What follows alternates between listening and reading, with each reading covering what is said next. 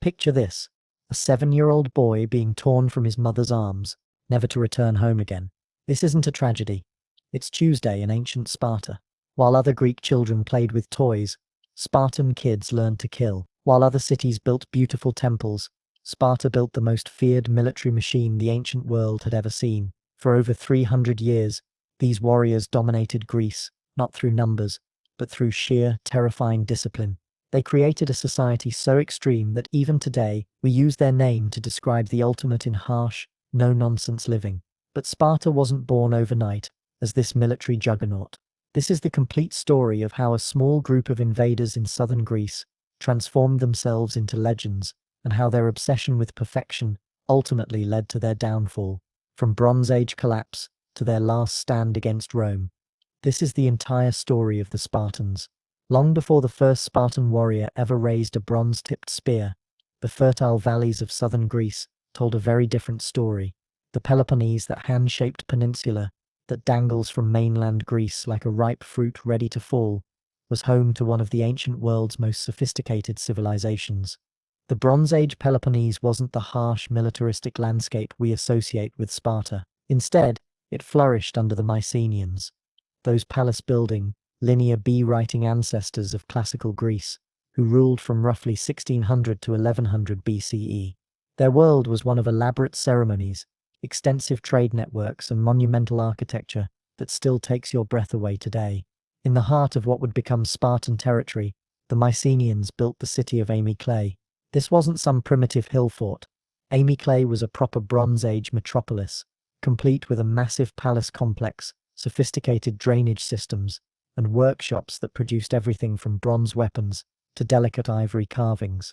Archaeological evidence shows that Amyclae controlled much of the Eurotas River Valley, that crucial waterway that would later become the lifeline of Spartan power. The Mycenaean world was interconnected in ways that wouldn't be seen again for centuries. Merchants from Amyclae traded with Egypt, bringing back gold, ivory, and exotic goods that decorated their palaces. They imported tin from as far away as Britain to mix with local copper, creating the bronze that gave this age its name. Their scribes kept meticulous records in Linear B, documenting everything from tax receipts to religious ceremonies. But this Bronze Age paradise had a fatal flaw. It was incredibly fragile. The entire Mycenaean system depended on complex administrative networks centered around palace complexes. Remove the palace, and the whole system collapsed like a house of cards. And around 1200 BCE, that's exactly what happened. The collapse of Bronze Age civilization wasn't a single dramatic event. It was more like watching a slow-motion avalanche. Archaeological evidence shows widespread destruction across the eastern Mediterranean. Cities were abandoned, trade networks collapsed, and the art of writing itself was forgotten in many regions. Historians still debate the exact causes, but the results were undeniable. The sophisticated world of the Mycenaeans simply vanished. Some scholars blame invasions by mysterious sea peoples who swept across the Mediterranean like a Bronze Age hurricane. Others point to internal rebellions, climate change, or economic collapse. The truth was probably a combination of all these factors, creating a perfect storm that brought down civilization itself. In the Eurotas Valley, the great palace of Amyclae was abandoned sometime around 1100 BCE. The sophisticated drainage systems clogged with debris. The workshops fell silent. The scribes, who had recorded the daily business of a thriving city, put down their styluses for the last time. Within a generation, the art of reading and writing had vanished from the Greek world. This wasn't just a political change. It was a civilizational reset. The population of Greece dropped dramatically. The survivors scattered into small, isolated communities that struggled just to maintain the basics of agriculture and defense. International trade, which had connected Greece to the wider Mediterranean world, ground to a halt. Bronze, that wonder metal of the ancient world, became so rare that people started hoarding broken tools and weapons, hoping to reforge them into something useful. The archaeological record from this period tells a story of profound loss, where Mycenaean sites show evidence of elaborate feasts with hundreds of participants. Dark Age settlements struggled to feed a few dozen people. Where Bronze Age craftsmen had created intricate jewelry and decorated weapons, their successors made simple, functional pottery that prioritized utility over beauty. But human beings are remarkably adaptable creatures. Slowly, painfully, the survivors began to rebuild. In the Eurotas Valley, small communities of farmers and herders established themselves among the ruins of Mycenaean greatness. They weren't trying to recreate the past, they were simply trying to survive. These early Dark Age settlements were nothing like the palace complexes that had come before. Instead of massive stone buildings, people lived in simple huts made of mud brick and thatch. Instead of specialized craftsmen producing luxury goods, every family had to be self-sufficient, making their own tools, weapons, and pottery. Instead of elaborate religious ceremonies in grand temples, worship took place at simple outdoor altars. The population was tiny compared to Bronze Age levels. Where Mycenaean ambience might have housed thousands of people, the Dark Age settlements in the Eurotas Valley probably contained only a few hundred souls scattered across multiple small villages. These communities were isolated not just from the wider world, but often from each other. A journey that would take a few hours today could be a dangerous multi-day expedition in the Dark Age Peloponnese. Yet even in these humble beginnings we can see the seeds of what would become Spartan culture. Dark Age communities in the Eurotas Valley were constantly threatened by raiders, wild animals, and the simple struggle to grow enough food to survive. This meant that every able-bodied man had to be ready to fight at a moment's notice. Unlike the specialized military classes of the Bronze Age, Dark Age warriors were farmer soldiers who grabbed their spears when danger threatened and returned to their fields when the crisis passed. The archaeological evidence shows that these early communities were remarkably egalitarian compared to what came before. Bronze Age society had been rigidly hierarchical, with palace elites controlling vast resources while ordinary people lived in relative poverty. But Dark Age settlements show much less inequality. Everyone lived in similar simple houses, ate similar simple food, and used similar simple tools. This wasn't because these people were naturally democratic. It was because they were too poor and too few to support elaborate social hierarchies. When your entire community consists of a few dozen families struggling to survive, you can't afford to have half of them doing nothing but administration and ceremony. Everyone had to contribute, and everyone had to be ready to fight. The oral traditions that would later shape Greek culture began to take form during these dark centuries. Without writing, communities had to preserve their history, laws, and religious beliefs through spoken word. Professional bards wandered from settlement to settlement, carrying news and entertaining audiences with stories of heroic deeds and divine interventions. These weren't just entertainment, they were the cultural DNA of Dark Age Greece. Through epic poems and heroic tales, communities maintained connections to their Bronze Age past, while adapting those memories to their present reality. The warriors of these stories weren't palace-dwelling bureaucrats, but tough, self-reliant fighters who earned their status through personal courage and military skill. Religion, too, adapted to the new reality. Instead of the elaborate state ceremonies of the Bronze Age, Dark Age Greeks developed a more personal, immediate relationship with their gods. Local deities associated with specific places, springs, groves, hilltops, became increasingly important. These weren't distant cosmic forces, but neighbors who could be bargained with, pleased with simple offerings, and called upon in times of crisis. The Eurotas Valley communities developed their own local variants of these broader Greek cultural patterns. They honored Hyacinthus, a local deity associated with the changing seasons and the agricultural cycle that was so crucial to their survival. They told stories of heroes who had defended the valley against invasion and disaster. They developed customs and traditions that would eventually influence the rigid social structure of classical Sparta. As the centuries passed, these small settlements gradually grew larger and more sophisticated. Agricultural techniques improved, allowing communities to support slightly larger populations. Trade began to revive on a small scale, with communities exchanging surplus goods for materials they couldn't produce locally. The quality of pottery and metalwork slowly increased, as specialized craftsmen emerged within the larger settlements. By around 900 BCE, the Eurotas Valley contained several significant settlements, each controlling its own territory and maintaining its own traditions. These weren't yet cities in the classical sense. They were more like large villages surrounded by farmland and pasture, but they represented a crucial step in the recovery from Bronze Age collapse. The largest of these settlements was developing near the site of ancient ambience, taking advantage of the same geographical features that had made the Bronze Age city successful. The Eurotas River provided fresh water and fertile soil for agriculture. The surrounding hills offered defensive positions and grazing land for livestock. The location provided easy access to both the mountainous interior of the Peloponnese and the coastal regions that were slowly reconnecting with the wider Mediterranean world. But this gradual recovery was about to be disrupted by a new wave of migration that would transform the Eurotas Valley forever. From the north, new groups of Greek speakers were moving into the Peloponnese, bringing with them different customs, different technologies, and different ideas about how society should be organized. These newcomers called themselves Dorians, and they were about to change everything. The stage was set for the birth of Sparta, though no one could have predicted the extraordinary society that would emerge from the collision between the valley's existing communities and these northern invaders.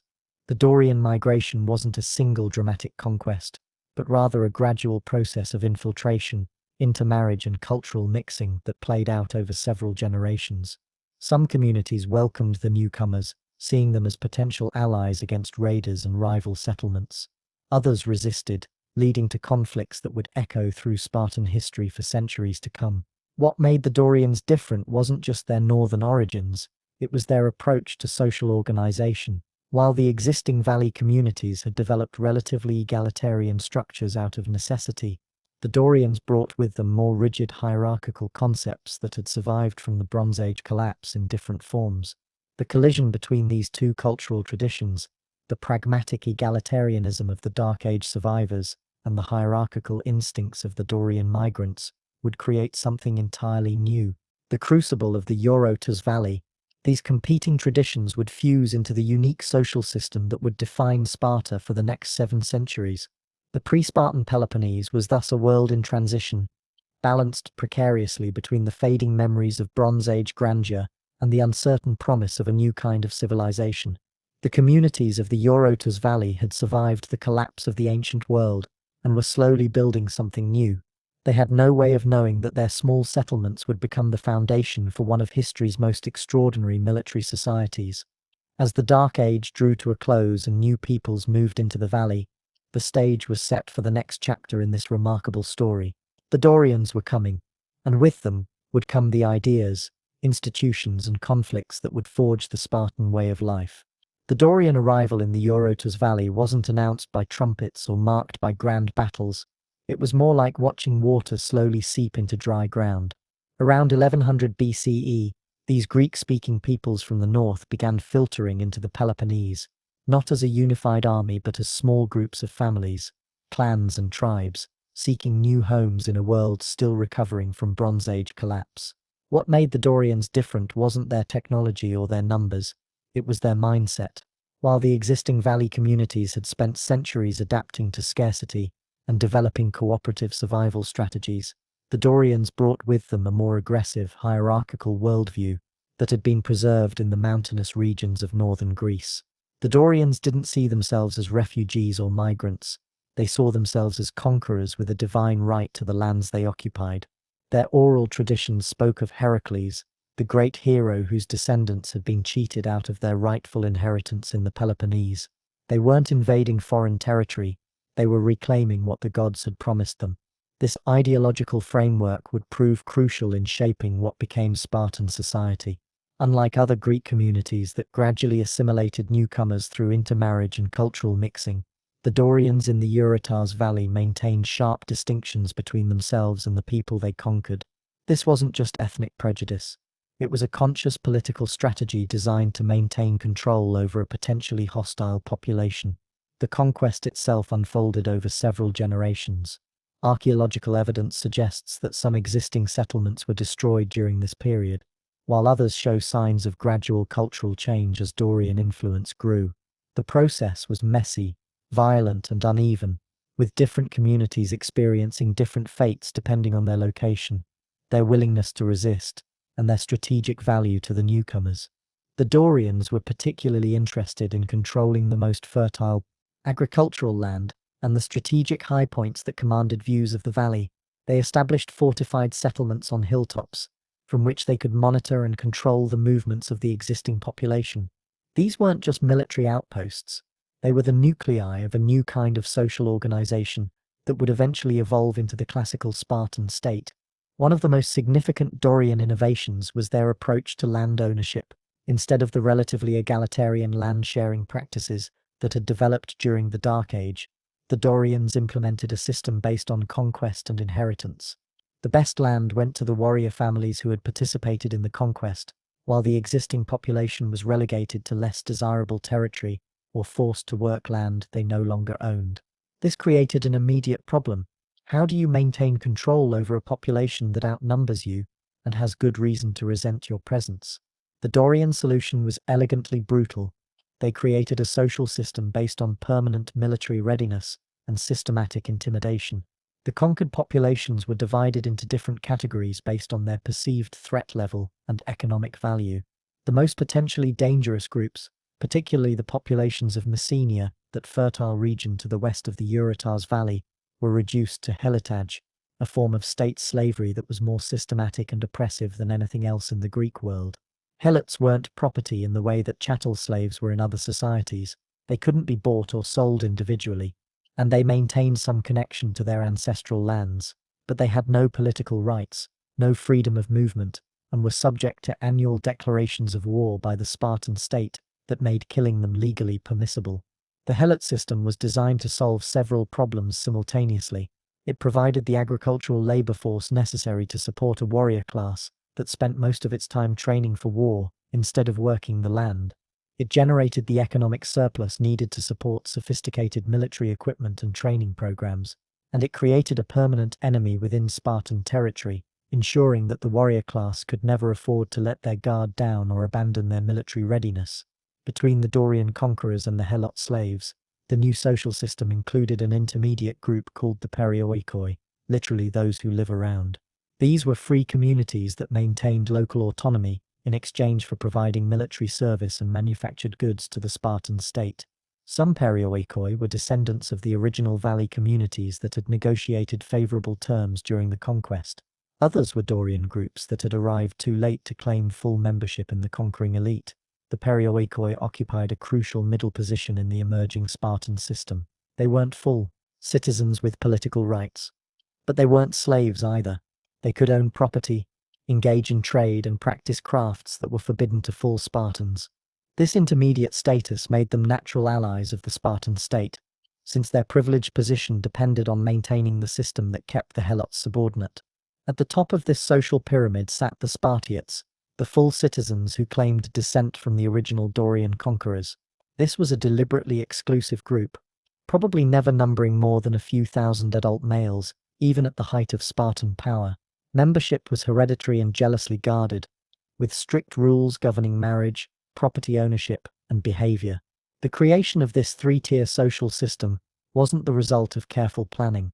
It emerged organically from the practical problems of conquest and control, but once established, it created powerful incentives for the development of the extreme military culture that would make Sparta famous throughout the ancient world.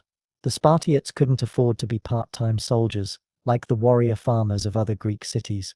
With a potentially rebellious Helot population outnumbering them by perhaps 10 to 1, they needed to maintain constant military readiness.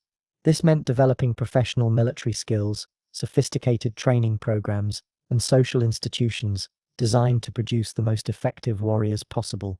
Enter Lycurgus, the semi-legendary figure who supposedly gave Sparta its distinctive laws and customs. Whether Lycurgus was a real historical person or a mythical representation of collective social development remains hotly debated by historians. What's clear is that sometime during the 8th or 7th century BCE, Spartan society underwent a dramatic transformation that created the classical military system. The Great Rhetora, Sparta's fundamental constitutional document, established the basic framework of Spartan government and society. Unlike the written constitutions of other Greek cities, the Great Rhetora was an oral tradition that could be modified and reinterpreted by each generation while maintaining the appearance of ancient unchanging law. The Great Rhetora created a unique system of dual kingship, with two royal families sharing power and serving as checks on each other's ambitions. This wasn't just political innovation, It was a practical solution to the problem of leadership succession in a society where military effectiveness was literally a matter of life and death.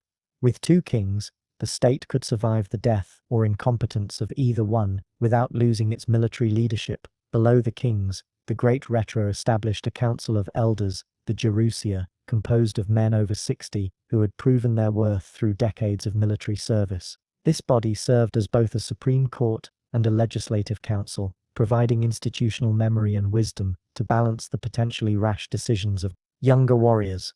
The citizen assembly, the ecclesia, included all adult male Spartiates, but its role was limited to approving or rejecting proposals made by the kings and Gerousia. This wasn't democracy in the Athenian sense, but it did ensure that major decisions had the support of the warrior class that would have to implement them on the battlefield. The Great Retra also established the fundamental principle that would define Spartan society: the complete subordination of individual interests to collective military effectiveness. Personal wealth accumulation was discouraged through sumptuary laws that prohibited luxury and ostentation. Private property in the traditional sense was limited, with the state controlling land distribution and inheritance. Most importantly, the Great Retra established the principle that Spartan children belonged to the state rather than to their families. This wasn't just symbolic. It was a practical recognition that producing effective warriors required systematic training from childhood, not the haphazard education that most Greek cities provided. The transformation of Spartan society wasn't accomplished overnight. Archaeological evidence suggests that the classical system developed gradually over several centuries, with different elements being added and refined as circumstances changed.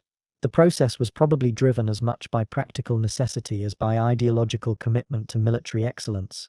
The constant threat of Helot rebellion meant that Spartans couldn't afford the luxury of internal political conflict that characterized other Greek cities.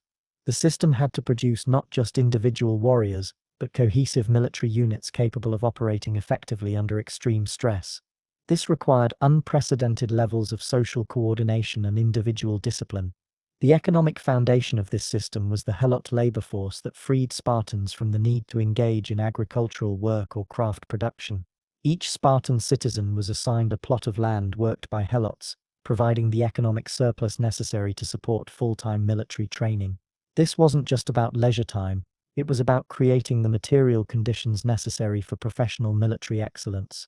The Helot system also created a permanent training environment for Spartan warriors. The annual Crypteia, a secretive program in which young Spartans hunted and killed Helots, wasn't just terrorism, though it certainly served that function. It was also a form of advanced military training that taught young warriors to operate independently behind enemy lines, gather intelligence, and kill efficiently under pressure. This systematic brutality toward the Helots wasn't incidental to Spartan military culture, it was central to it.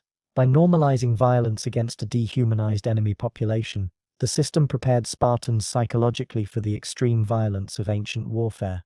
You can't create soldiers capable of standing firm in a phalanx battle against professional enemies if they've been raised to view violence as morally problematic. The religious dimension of Spartan society reinforced these military values. The state cult centered around gods of war, victory, and death, with elaborate festivals celebrating military virtues and honoring fallen warriors. Religious ceremonies weren't separate from military training. They were integrated into a comprehensive system designed to produce warriors who viewed death in battle as the highest form of religious devotion. The transformation of the Eurotas Valley from a collection of Dark Age farming communities into this extraordinary military society represents one of the most dramatic social engineering projects in human history. Within a few centuries, the descendants of Bronze Age collapse survivors had created a state that would dominate Greek military affairs for 300 years. But this transformation came at an enormous cost. The creation of classical Sparta required the systematic enslavement of entire populations, the suppression of individual creativity and initiative, and the subordination of all human values to military effectiveness. The society that emerged was certainly efficient at producing warriors, but it was also brittle, inflexible, and ultimately unsustainable. The birth of Spartan warrior culture wasn't a gradual evolution from existing Greek traditions. It was a revolutionary break with the past that created something entirely new in human experience. The Dorian conquest had provided the initial framework, but the classical Spartan system was a conscious creation designed to solve specific problems of control and defense in a hostile environment.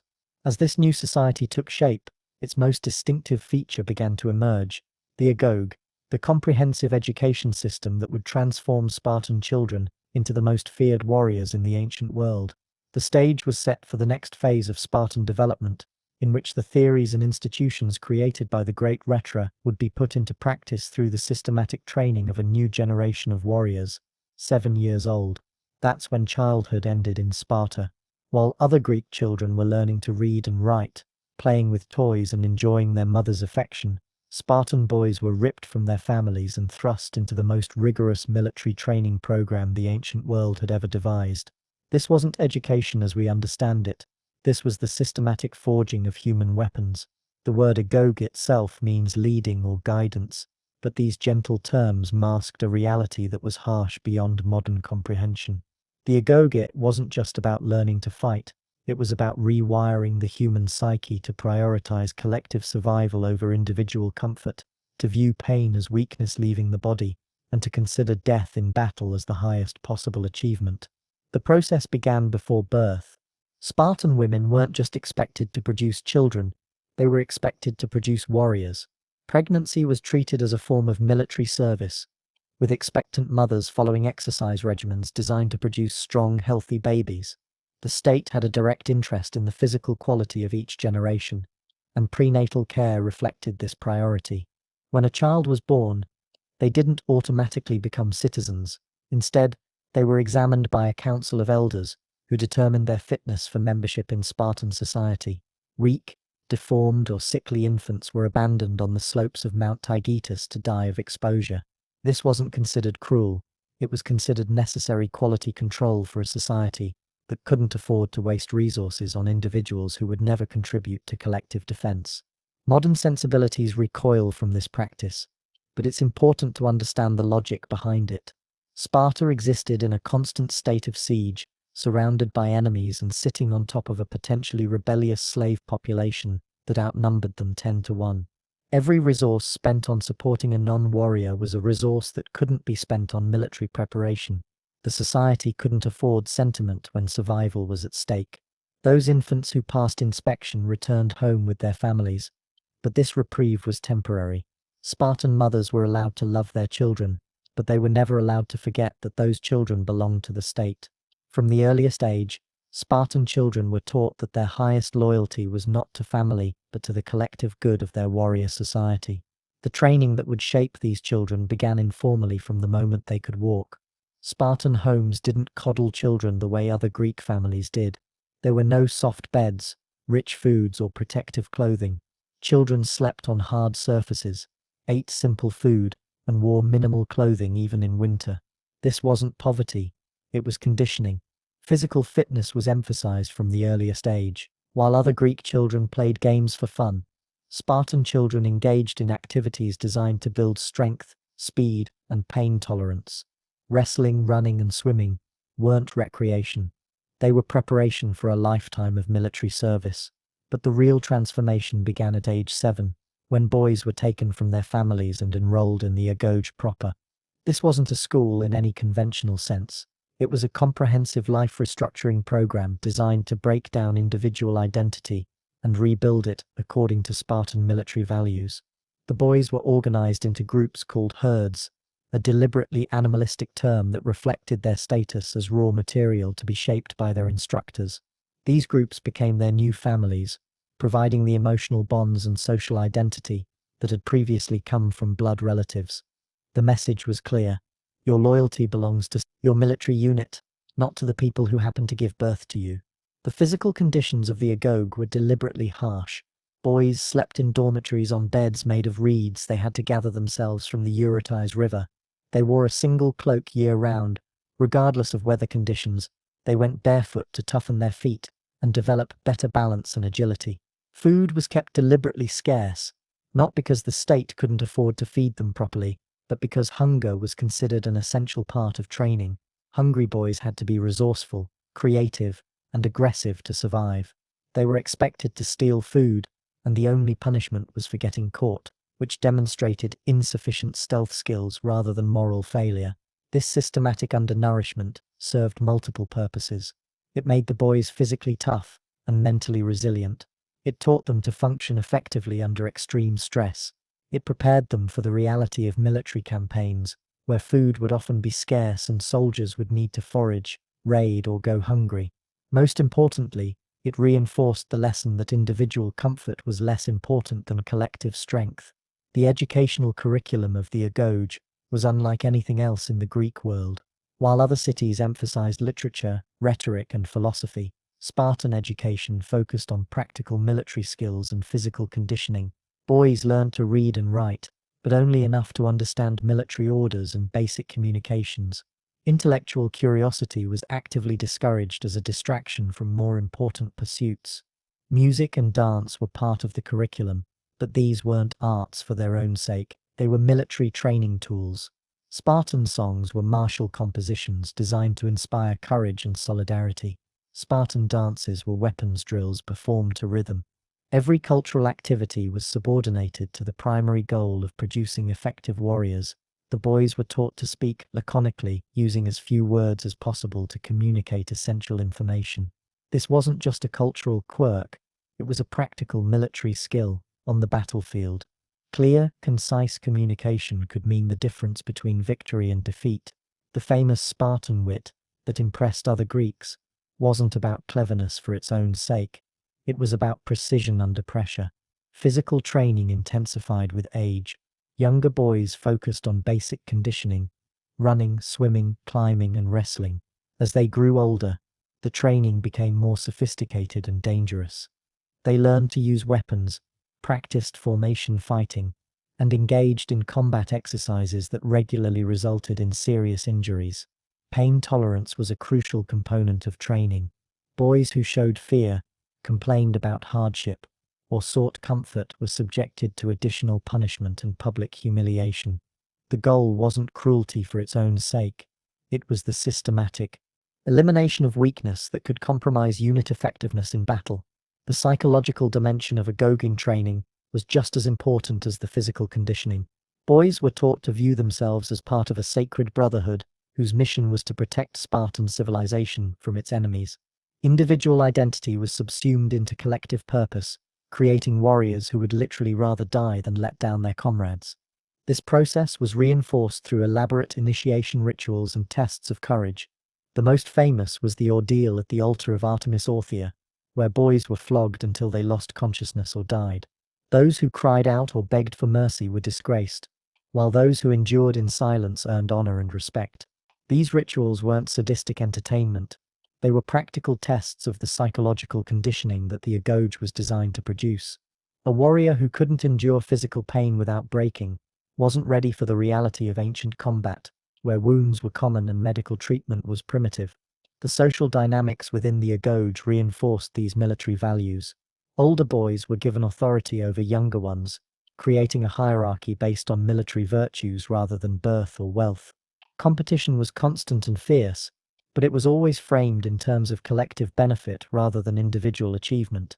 Boys who excelled in training earned recognition and privileges, but they were also expected to help their weaker comrades improve. The goal wasn't to produce individual champions, but to create cohesive units where every member met minimum standards of effectiveness. A boy who achieved personal excellence while allowing his comrades to fail was considered a failure himself. The mentorship system within the agoge reflected broader Spartan social values. Older warriors took personal interest in promising young boys, providing guidance, protection, and emotional support that replaced the family relationships that had been severed at age 7. These relationships were often intensely emotional and sometimes sexual, but they were always framed in terms of military development rather than personal pleasure. The treatment of girls in Spartan society was unique among Greek cities, reflecting the same practical military logic that shaped the agoge for boys. While other Greek women lived in seclusion and were considered inferior to men, Spartan women received physical training, education, and social freedoms that scandalized the rest of the Greek world. This wasn't because Spartans believed in gender equality as a moral principle. It was because they understood that producing superior warriors required superior mothers. Weak, sheltered women couldn't be expected to give birth to strong children, or to raise them with the toughness that Spartan society demanded. Spartan girls engaged in athletic competitions learnt to read and write and were encouraged to develop physical strength and mental toughness.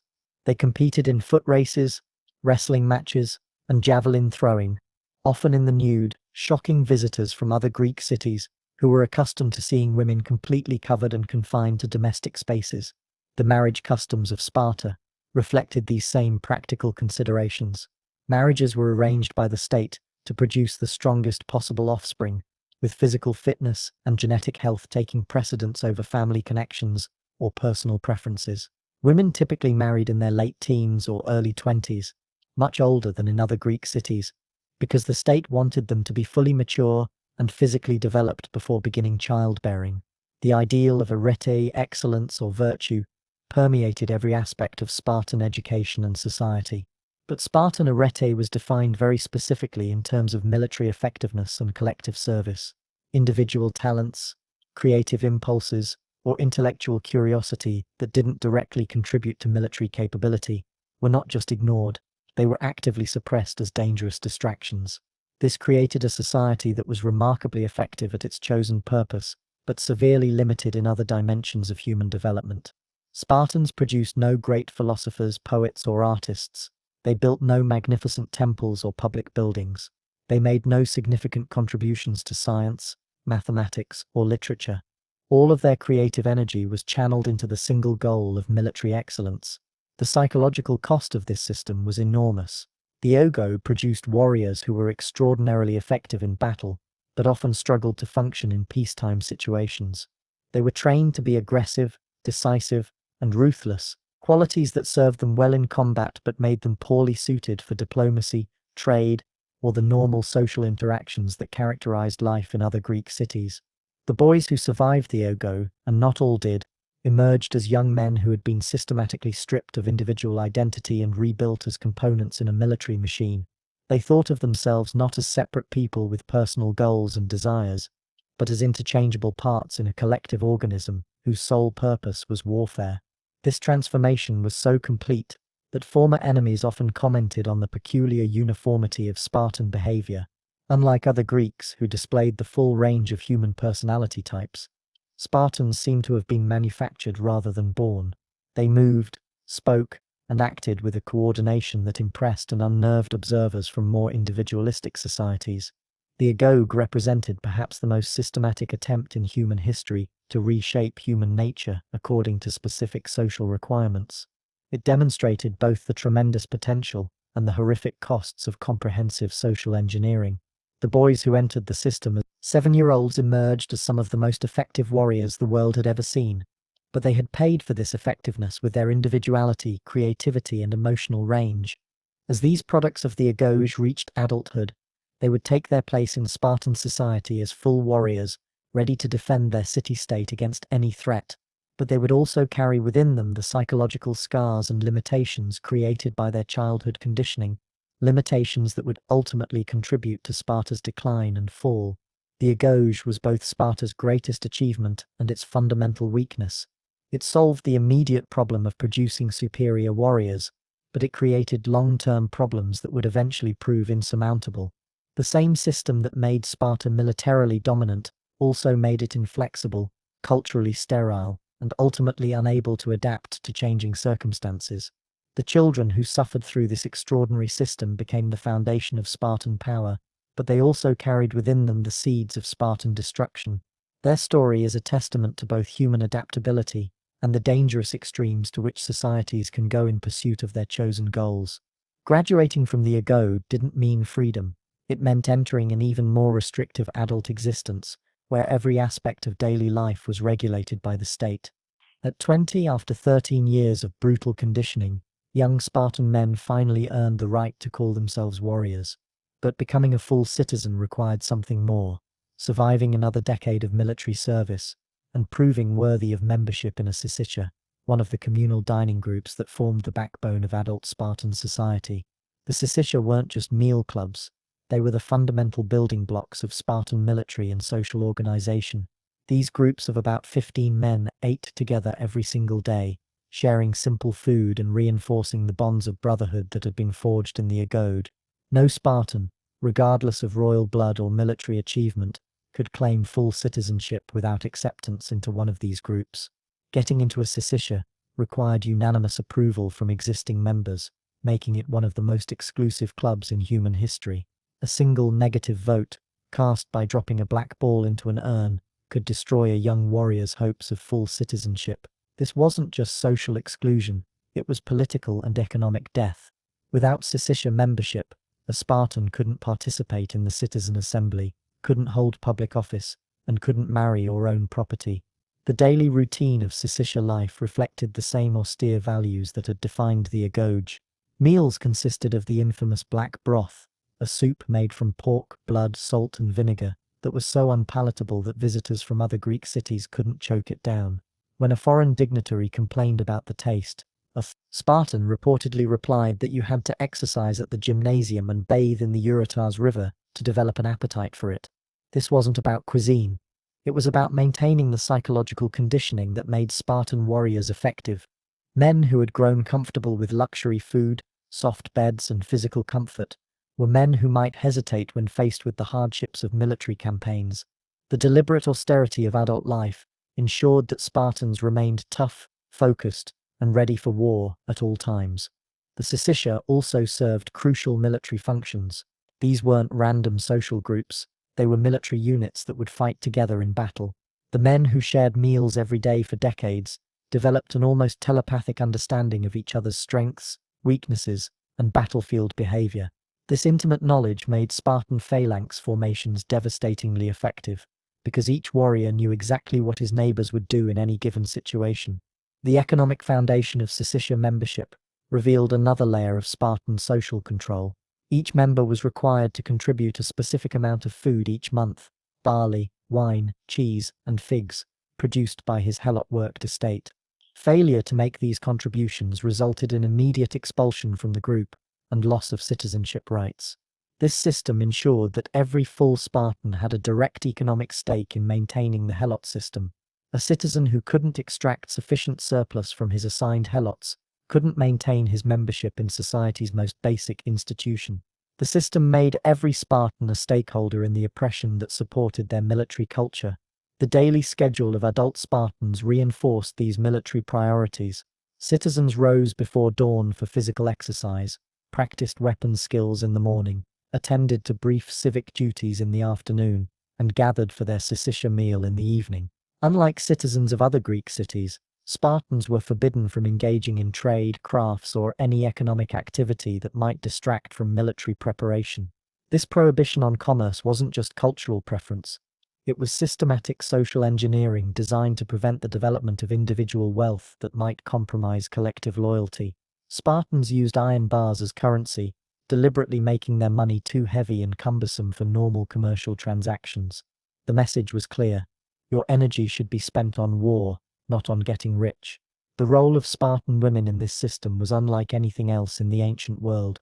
While women in other Greek cities lived in virtual seclusion, forbidden from appearing in public or managing property, Spartan women controlled vast estates, participated in religious ceremonies, and wielded significant behind-the-scenes political influence. This wasn't because Spartans believed in gender equality, it was because their military system required women to function as estate managers while their husbands spent most of their time in military training or on campaign. Spartan women couldn't afford to be decorative ornaments. They had to be tough, competent administrators, capable of managing complex agricultural operations and maintaining discipline among potentially rebellious helot workers. The marriage customs of Sparta reflected these practical necessities. Unlike other Greek cities where marriages were primarily economic arrangements between families, Spartan marriages were state-controlled breeding programs designed to produce the strongest possible offspring. Physical fitness, health, and genetic quality took precedence over family connections or personal preferences. Spartan wedding ceremonies were deliberately austere and militaristic. The bride's head was shaved and she was dressed in men's clothing, symbolically representing her transition from individual identity to state service. The groom had to capture his bride in a mock raid, emphasizing the martial character of the relationship. The couple then lived separately for years, meeting only secretly for procreation until the husband completed his military service obligations. This bizarre arrangement served several purposes. It maintained the primacy of military brotherhood over family bonds, ensured that young warriors weren't distracted by domestic concerns during their most intensive training years, and created an element of excitement and novelty that supposedly encouraged more frequent intercourse and higher pregnancy rates. Spartan women were expected to maintain strict physical fitness throughout their lives, not just during their childbearing years. They participated in athletic competitions, practiced gymnastics, and engaged in physical conditioning that scandalized visitors from other Greek cities. Foreign observers were particularly shocked by the sight of Spartan women exercising in the nude alongside men, a practice that violated every norm of Greek feminine behavior. But this physical culture served practical military purposes. Strong mothers were more likely to survive childbirth and produce healthy babies. Women who maintained their fitness were better able to manage estates, supervise helot workers, and defend their homes during military emergencies. Most importantly, physically and mentally tough women were more likely to raise sons who could survive the agoge and become effective warriors. The reproductive policies of Sparta were essentially a state-run eugenics program designed to optimize military capability. Older men were encouraged to share their wives with younger, fitter men if it might produce stronger children. Brothers were expected to share wives in certain circumstances. Childless couples faced social ostracism and legal penalties, while families that produced multiple healthy sons received honors and privileges. These policies weren't motivated by modern scientific understanding of genetics. They were based on practical observation that strong parents tended to produce strong children. The state had a direct interest in the physical quality of each generation, and reproductive choices were too important to be left to individual preference. The political structure of Sparta reflected the same balance between individual excellence and collective control that characterized every other aspect of their society. The dual kingship system ensured that no single person could accumulate too much power, while providing experienced military leadership for both domestic and foreign campaigns. The two kings came from different royal families, the Aegeans and the Eurypontids, who claimed descent from Heracles and the original Dorian conquerors. This wasn't just genealogical mythology, it was political legitimacy based on the foundational story of Spartan society. The kings weren't absolute rulers, but they weren't mere figureheads either. They commanded armies in war, served as high priests in religious ceremonies, and provided continuity of leadership across generations. The ephors, 5 annually elected officials, served as a crucial check on royal power. These weren't hereditary positions or lifetime appointments. They were temporary offices filled by ordinary citizens who could challenge kings, investigate corruption, and ensure that even the highest-ranking Spartans followed the law. The ephorate was one of the few democratic elements in an otherwise hierarchical system. Each morning, the kings and ephors exchanged ritual oaths that captured the essence of Spartan political culture. The kings swore to rule according to the laws of the city, while the ephors swore to preserve the kingship as long as it remained lawful. This daily ceremony reinforced the principle that even supreme authority was subject to collective rules and expectations.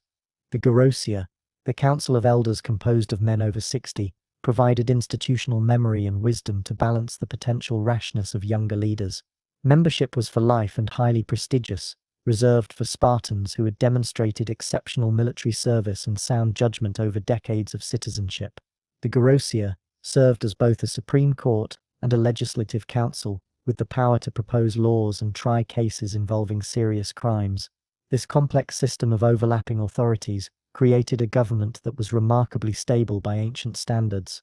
Unlike other Greek cities that were constantly torn by civil wars and political upheavals, Sparta maintained essentially the same constitutional system for over 3 centuries. The balance between different institutions prevented any single group from accumulating dangerous amounts of power, while ensuring effective decision-making in crisis situations. The citizen assembly, the ecclesia, included all adult male Spartans, but its role was limited to approving or rejecting proposals made by the kings and Gerousia. Decisions were made, not by formal voting but by shouting, with the loudest group determining the outcome.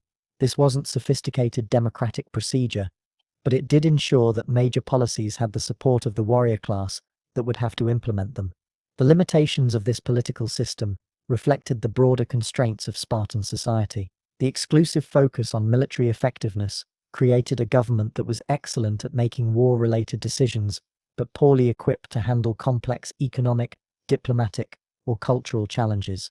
The same institutional conservatism that provided political stability also made it difficult to adapt to changing circumstances.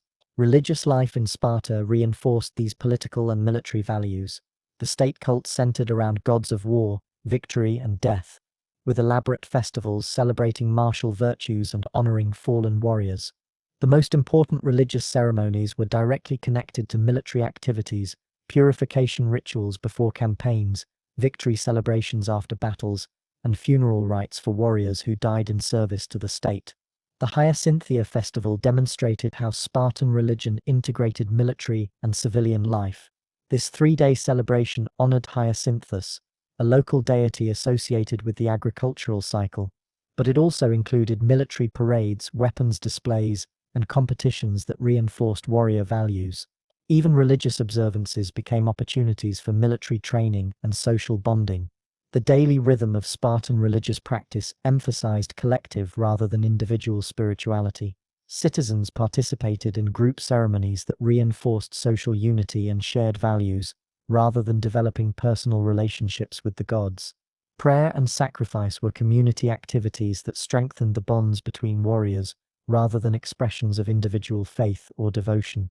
The economic life of adult Spartans was deliberately limited to prevent the development of individual wealth that might compromise collective loyalty. Citizens were forbidden from engaging in trade, manufacturing, or any commercial activity. The Periarchoi handled all economic functions that required specialized skills or business relationships, while Helots provided agricultural labor. This economic system created a society of professional warriors who were completely dependent on others for their material needs.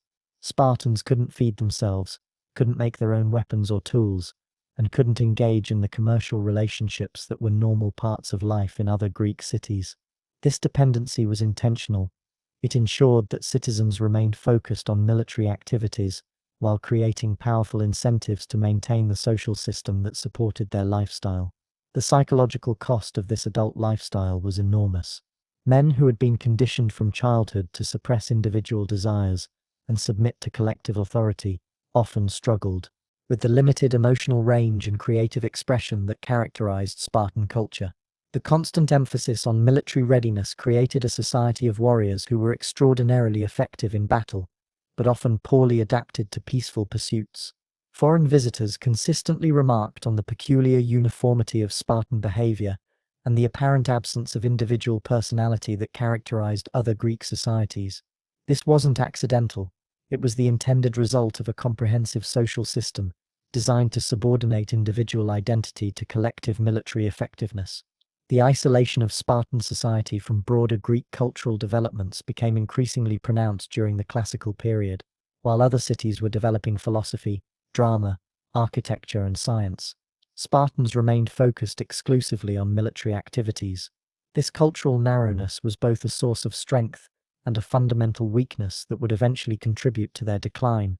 Life as a Spartan citizen was a remarkable achievement in social engineering, the creation of a society that successfully subordinated individual interests to collective military goals.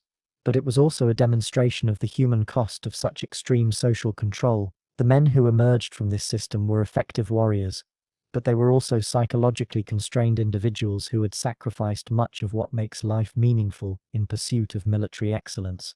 The adult Spartan lived in a world where every aspect of existence was regulated by the state, where individual desires were subordinated to collective needs, and where military effectiveness was the sole measure of human worth.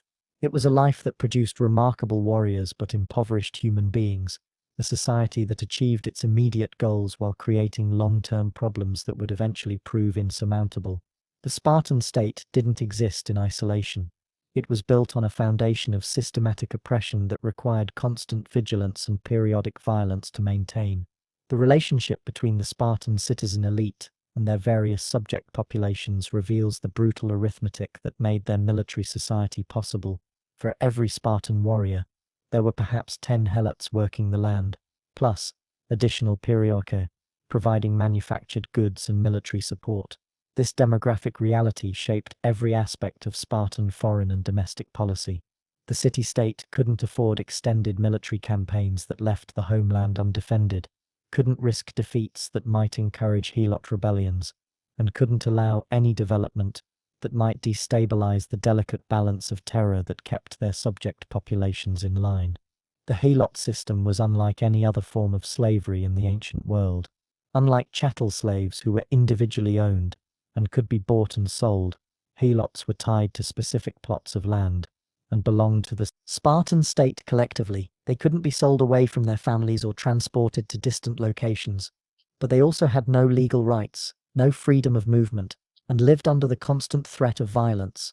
The majority of Helots were Messenians, descendants of the population conquered during Sparta's expansion westward in the 8th and 7th centuries BCE. Messenia was some of the most fertile agricultural land in the Peloponnese, capable of supporting a large population and generating the agricultural surplus necessary to free Spartan citizens from productive labor. But conquering this territory had required brutal warfare that created lasting resentment among the defeated population. The First Messenian War, fought sometime in the late 8th century BCE, established Spartan control over much of Messenia, but it didn't eliminate Messenian resistance. The conquered population retained their cultural identity, their memories of independence, and their hatred of their Spartan overlords. This created a permanent security threat that required constant attention and periodic suppression. The Helots vastly outnumbered their Spartan masters, creating a demographic time bomb that could explode at any moment of weakness or distraction. Ancient sources suggest that Helots outnumbered full Spartan citizens by ratios as high as 10 or 15 to 1, meaning that any general uprising would have devastating consequences for the citizen population. To manage this threat, the Spartans developed a comprehensive system of control that combined economic incentives, divide-and-conquer tactics, and systematic terrorism. Helots were allowed to keep a portion of their agricultural production, giving them some stake in the system's continuation. They were divided into different groups with slightly different privileges, preventing the development of unified resistance, and they were subjected to periodic campaigns of intimidation and murder, designed to eliminate potential leaders and maintain an atmosphere of fear. The most notorious of these control mechanisms was the Crypteia, a secretive program in which young Spartans spent time in the countryside hunting and killing Helots. This wasn't random violence. It was targeted assassination designed to eliminate the strongest, smartest, and most potentially dangerous members of the Helot population. The program served the dual purpose of providing advanced military training for young Spartans while culling the Helot population of natural leaders. The Crypteia operated under special legal protections that made killing Helots not just permissible but officially encouraged. Each year, the ephors formally declared war on the Helot population, making any violence against them a legitimate act of war rather than murder. This legal framework allowed Spartans to kill Helots without religious pollution or legal consequences, removing moral and practical barriers to systematic oppression. Despite these control mechanisms, Helot rebellions were a constant threat that occasionally erupted into full-scale wars that tested Spartan military capability to its limits. The most serious of these was the Great Helot Revolt that began around 464 BCE, sparked by a devastating earthquake that killed thousands of Spartans and left the city temporarily vulnerable. The earthquake struck during the morning, when most Spartan citizens were gathered in public spaces for daily exercise and civic activities. Entire buildings collapsed, crushing many of the city's military elite and creating an opportunity that the Helots were quick to exploit. Within days of the disaster, Helot communities throughout Laconia and Messenia were in open rebellion, coordinating attacks on isolated Spartan outposts and threatening to overwhelm the weakened citizen population. The rebellion revealed both the strengths and weaknesses of the Spartan system. The surviving citizens responded with remarkable discipline and effectiveness, immediately implementing emergency procedures that had been planned for exactly this type of crisis. But the revolt also demonstrated how precarious Spartan control really was, how dependent their entire society was on maintaining the appearance of invincible strength. The war that followed lasted for several years and required significant outside assistance before the Spartans could restore control. The Helots fortified themselves on Mount Ithome, the same mountain stronghold that had served as a center of resistance during the original Mycenaean Wars centuries earlier. From this position, they conducted a guerrilla campaign that tied down Spartan forces and threatened to inspire additional uprisings throughout the Peloponnese. The Spartans were eventually forced to request military assistance from their allies, including Athens, marking one of the few times in their history that they admitted to needing outside help for internal security. The fact that they had to ask for help revealed the limitations of their military system when faced with prolonged irregular warfare, rather than the set-piece battles for which they were trained. The resolution of the Helot revolt demonstrated both Spartan pragmatism and the limits of their control. Rather than continuing a costly war of attrition, the Spartans eventually negotiated a settlement that allowed the rebel leaders to evacuate Mount Ithome and relocate to territories outside the Peloponnese. This was a remarkable admission of weakness from a society that prided itself on never compromising with enemies. The Helot revolts also revealed the crucial role played by the Perioikoi in maintaining Spartan power. These free but non-citizen communities provided essential military support during emergencies, contributed manufactured goods that Spartans were forbidden to produce, and served as a buffer between the citizen elite and the Helot masses. The Perioikoi occupied a unique position in the Spartan system. They were free men who could own property, engage in trade, and manage their own local affairs, but they had no political rights in the Spartan state and were required to provide military service when called upon. Most Perioikoi communities were descendants of early inhabitants of the region who had negotiated favorable terms during the Dorian conquest, or later Dorian arrivals who had come too late to claim full citizenship. This intermediate status made the Perioikoi natural allies of the Spartan system. Their privileged position relative to the Helots gave them a stake in maintaining the existing order, while their exclusion from full citizenship prevented them from challenging Spartan political control. They served as a middle class that provided essential services while posing no threat to the warrior elite. The Perioikoi were particularly important in providing manufactured goods and military equipment. Since Spartan citizens were forbidden from engaging in trade or crafts, the Perioikoi filled this crucial economic niche. They produced weapons, armor, tools, and luxury goods, operated mines and quarries, and managed the commercial relationships that connected Sparta to the broader Greek economy. During military emergencies, Perioikoi communities were expected to provide troops that fought alongside Spartan citizens. These weren't second-class auxiliaries. Perioikoi soldiers were well-trained and well-equipped fighters who served in the same phalanx formations as citizens. The combined forces of citizens and Perioikoi gave Sparta a larger military base than the small citizen population alone could provide. The expansion into Messenia represented the high point of Spartan territorial ambition and the foundation of their classical power. The Second Messenian War, fought in the 7th century BCE, completed the conquest of this fertile region and provided the agricultural base necessary to support the full development of Spartan military culture. The conquest of Messenia was a generational struggle that required sustained military effort over several decades. The Messenians weren't primitive tribes that could be easily overrun.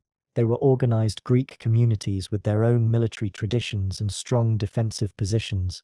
The wars required innovations in Spartan military tactics, improvements in equipment and training, and the development of the logistical capabilities necessary to sustain long-term campaigns. The successful conquest of Messenia transformed Sparta from a regional power into the dominant force in the Peloponnese. The addition of Messenian agricultural production meant that Sparta could support a larger citizen population and more intensive military training. The conquest also provided additional Helot laborers and Perioikoi communities that strengthened the economic foundation of Spartan society. But the Messenian conquest also created the demographic imbalance that would plague Sparta for the rest of its history.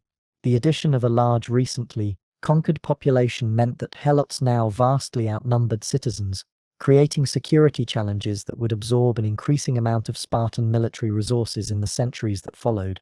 The foundation of the Peloponnesian League represented Sparta's solution to the problem of extending influence without the risks of direct territorial expansion. Rather than conquering additional territories and absorbing more potentially rebellious populations, Sparta created a network of allied city-states that provided military support while maintaining their own internal autonomy. The Peloponnesian League wasn't a formal empire with governors and tribute payments. It was a military alliance based on mutual defense agreements and shared strategic interests. Member cities maintained their own governments, laws, and customs, but were required to provide military support when Sparta went to war and to follow Spartan leadership in foreign policy matters. This system allowed Sparta to project power throughout the Peloponnese without the administrative costs and security risks of direct rule. Allied cities had incentives to remain loyal because Spartan protection was valuable, but they also had enough autonomy to maintain their own identities and interests. The arrangement provided Sparta with a larger military base while avoiding the demographic problems that would have resulted from incorporating additional helot populations.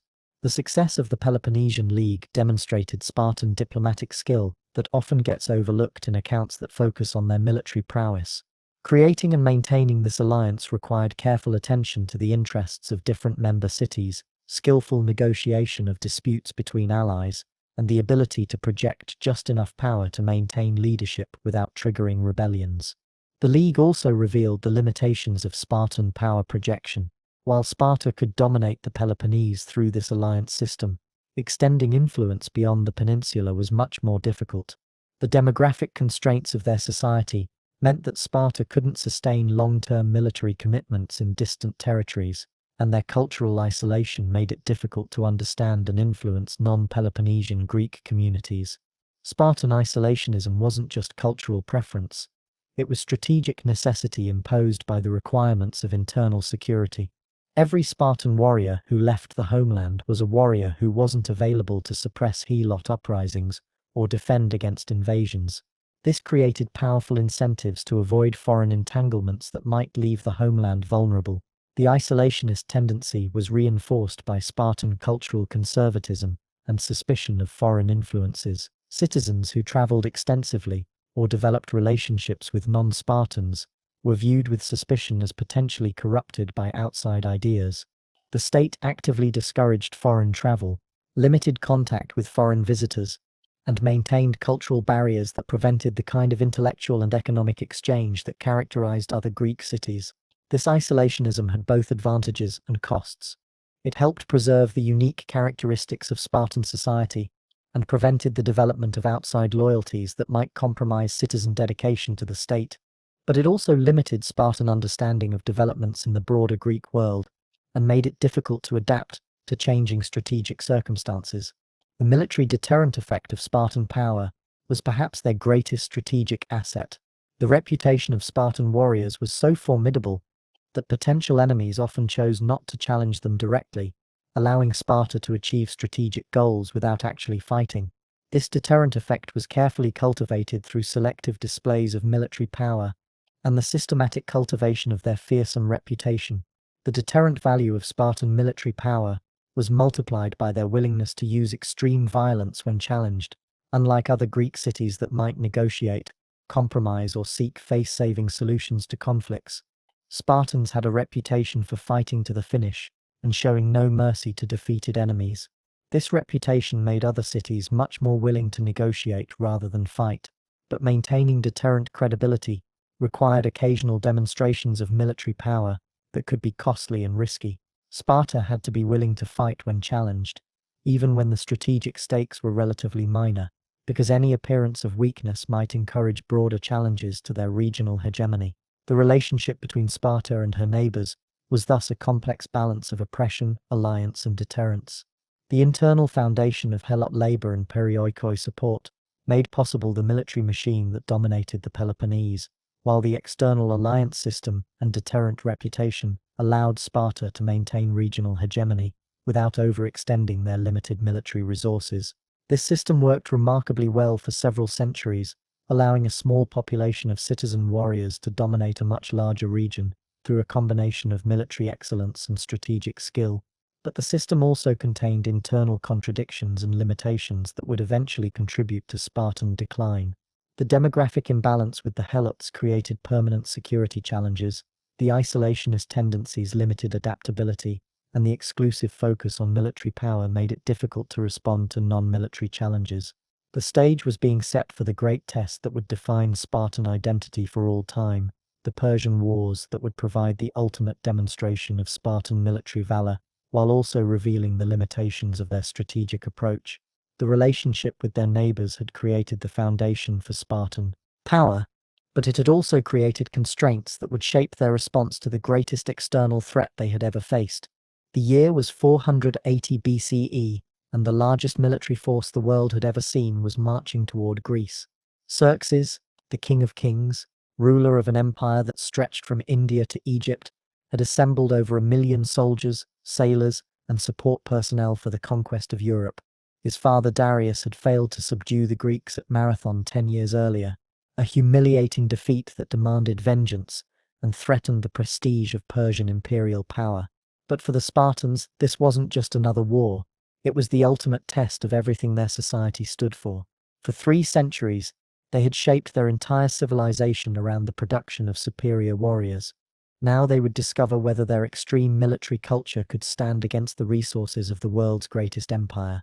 The Persian threat had been building for decades. The Persian Empire had been expanding westward since the 6th century BCE, absorbing Greek cities along the Anatolian coast and establishing a presence that threatened the independence of mainland Greece.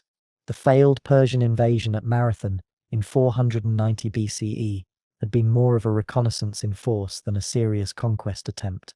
A test of Greek resistance that revealed both weaknesses and strengths in the fragmented city-state system. Xerxes' invasion was different. This was total war, a massive coordinated assault designed to crush Greek resistance once and for all. The Persian force included not just the elite immortals, the 10,000 professional soldiers who formed the core of Persian military power, but also contingents from dozens of subject peoples throughout the empire. Persians, Medes, Scythians, Indians, Egyptians, and Phoenicians marched together in a display of imperial power that was designed to terrify enemies into submission without fighting. The logistics of this invasion was staggering. Persian engineers had built a bridge of boats across the Hellespont to transport the army from Asia into Europe. They had dug a canal through the Mount Athos Peninsula to allow their fleet to avoid the dangerous waters that had destroyed an earlier Persian naval force. Supply depots had been established throughout Thrace and Macedonia to feed the enormous army as it marched towards central Greece. The Greek response revealed both the strengths and weaknesses of their city-state system. When faced with existential threat, the normally fractious Greeks were capable of remarkable cooperation. Athens and Sparta, traditional rivals with fundamentally different political systems, managed to coordinate their efforts and create a unified command structure. Smaller cities throughout central and southern Greece contributed troops, ships, and supplies to the common defense. But Greek unity was fragile and incomplete. Many cities remained neutral, waiting to see which side would win before committing themselves. Others actively collaborated with the Persians, either from fear or from calculation that Persian rule might be preferable to domination by other Greek cities. The northern Greeks, Thessalians, Macedonians, and Thracians had already submitted to Persian authority, providing the invaders with local guides and additional troops. The strategic situation facing the Greek alliance was daunting. The Persian army was so large that it couldn't be defeated in a single battle. Greek forces were simply too small to match Persian numbers in open combat. The Persian navy controlled the seas, making it impossible to cut Persian supply lines or prevent flanking movements along the coast. The only hope was to find defensive positions where geography could offset the Persian numerical advantage. The pass at Thermopylae, the hot gates, provided exactly the kind of defensive position the Greeks needed. This narrow coastal passage between mountains and sea was the only practical route for a large army moving from northern into central Greece. The pass was so narrow that it eliminated the Persian advantage in numbers, forcing them to attack frontally against prepared defensive positions. The Greek strategy was sophisticated and realistic. They never intended to win a decisive victory at Thermopylae. The position was meant to delay the Persian advance while the main Greek forces prepared defenses further south. By forcing the Persians to spend time and casualties reducing a strong defensive position, the Greeks hoped to disrupt Persian timing and demonstrate that Greek resistance was serious enough to require major efforts to overcome. King Leonidas of Sparta was chosen to command the advance force at Thermopylae, a selection that reflected both Spartan military prestige and the political realities of the Greek alliance. As one of Sparta's two kings, Leonidas had the authority to make strategic decisions without consulting higher authority. His Spartan troops provided a core of professional warriors whose reputation might inspire confidence among the allied forces. But Leonidas didn't arrive at Thermopylae with just 300 Spartans, despite what popular culture suggests. His force included several thousand troops from various Greek cities, Thespians, Thebans, Phocians, and others who were committed to the defense of central Greece. The 300 Spartans were the elite core of this force, but they were supported by a much larger Greek army. The selection of the 300 Spartans who accompanied Leonidas reveals important aspects of Spartan military culture and political calculation. These weren't necessarily the 300 best warriors in Sparta. They were 300 warriors who met specific criteria that reflected Spartan social values and strategic thinking. Each of the 300 had living sons, ensuring that their family lines would continue even if they died in battle. This wasn't just about genetics, it was about maintaining the citizen population that was essential to Spartan power. The state couldn't afford to lose potential fathers whose deaths might contribute to demographic decline. The 300 were also selected for their political reliability and social standing within Spartan society. These were men whose families had demonstrated unwavering loyalty to the Spartan system, who had distinguished themselves in previous military service, and who could be trusted to maintain discipline and cohesion under extreme stress. The decision to send exactly 300 warriors, a single company rather than a larger force, reflected practical constraints rather than symbolic gestures. Sparta was in the middle of celebrating the Komania, a religious festival that traditionally prohibited military campaigns. Sending a larger force would have violated religious law and risked divine displeasure. The 300 represented the minimum force necessary to maintain Spartan honor while technically observing religious restrictions. But this limited deployment also reflected deeper strategic calculations. Sparta couldn't commit its entire military force to a defensive battle in central Greece because the Helot population required constant supervision. Stripping too many warriors from the homeland might encourage Helot uprisings that could be more dangerous than Persian invasion. The 300 represented the maximum force Sparta could safely deploy without compromising internal security. The battle itself unfolded over 3 days of increasingly desperate fighting. The first day demonstrated the effectiveness of Greek defensive tactics and the quality of Spartan military training. The Persians launched repeated frontal attacks against the Greek phalanx, but their numbers meant nothing in the narrow confines of the pass.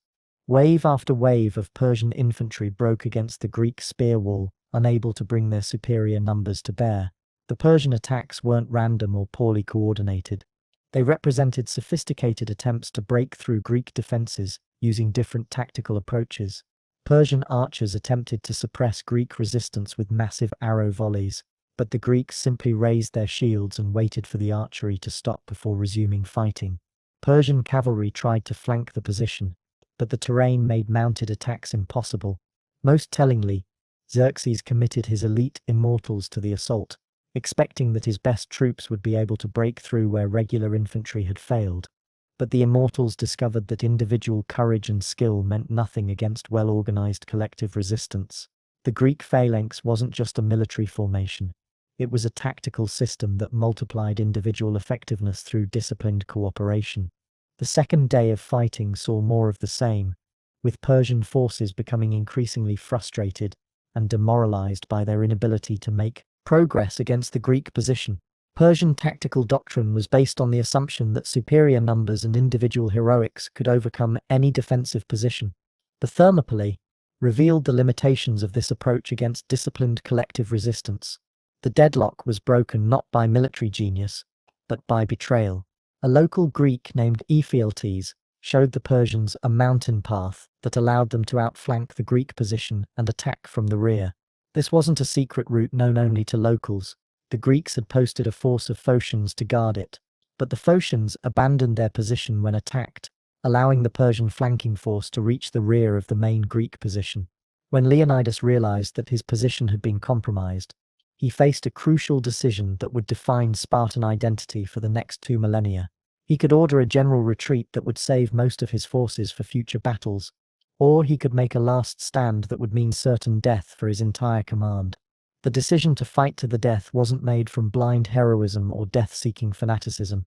It was a calculated choice based on Spartan military doctrine and strategic thinking. Retreating would save lives in the short term, but it would also send a message that Spartans could be intimidated and defeated. This might encourage Persian-friendly factions throughout Greece and undermine the morale of Greek forces preparing for future battles. By choosing to die rather than retreat, Leonidas and his 300 sent a different message, that Spartans would never surrender, never compromise, and never accept defeat as long as they had the strength to fight. This wasn't just propaganda, it was strategic communication designed to influence the broader course of the war. The final phase of the battle saw the surrounded Greeks fighting with desperate courage against overwhelming odds. They knew they were going to die, but they were determined to sell their lives as dearly as possible. According to later accounts, the Greeks ran out of spears and fought with swords, then with bare hands when their swords broke. Leonidas himself fell early in the final assault, and much of the remaining fighting centered around recovering his body. In Greek military culture, abandoning a fallen leader's corpse was considered the ultimate dishonor, and both sides understood the symbolic importance of controlling the king's body. The battle became a savage melee, as Greeks and Persians fought over the physical remains of Spartan leadership. When the fighting finally ended, the Persian victory was complete but costly. The narrow pass was choked with Persian dead, and Xerxes had lost some of his best troops in what should have been a simple mop-up operation. More importantly, the 3-day delay had disrupted Persian timing and demonstrated that Greek resistance was far from broken. The immediate strategic impact of Thermopylae was limited. Persians had broken through the Greek defensive line and could now advance into central Greece. Athens was evacuated and burned, and it appeared that Persian victory was inevitable. But the battle had psychological and political consequences that were far more important than its immediate tactical results. Throughout the Greek world, the story of Leonidas and the 300 became a symbol of heroic resistance against impossible odds. Cities that had been wavering in their loyalty to the Greek cause were inspired by Spartan sacrifice to continue fighting. Persian-friendly factions found it harder to argue for collaboration when Spartan courage had demonstrated that Greeks could match Persian soldiers in battle. The battle also revealed important truths about Persian military power that would influence the rest of the war. Despite their vast numbers and impressive logistics, the Persians weren't invincible. Their tactical doctrine was poorly adapted to fighting disciplined Greek infantry in defensive positions. Their reliance on subject peoples created coordination problems and morale issues that could be exploited by determined resistance. For Sparta itself, Thermopylae became the defining moment that justified 3 centuries of military culture and social engineering. Every harsh aspect of Spartan society, the helot system, the agoge, the military lifestyle, could now be defended as necessary preparation for moments like this. The 300 had demonstrated that Spartan warriors were indeed superior to any other soldiers in the world, but the battle also revealed the limitations of Spartan military power. The 300 had fought magnificently and died heroically, but they had also been defeated. Superior individual training and courage weren't enough to overcome massive numerical disadvantage and strategic encirclement. The Spartan military system produced excellent warriors, but it couldn't produce enough warriors to single-handedly defend Greece against the Persian Empire. The aftermath of Thermopylae saw Spartan military reputation reach its historical peak, while also beginning the process that would eventually limit Spartan power. The story of the battle became a recruiting tool that attracted the best young warriors from throughout the Greek world to seek training in Sparta, but it also created expectations of Spartan military performance that would be difficult to maintain over time. The battle demonstrated both the power and the fragility of reputation-based deterrence. The 300 had enhanced Spartan military prestige to unprecedented levels, but this prestige now had to be maintained through continued military success.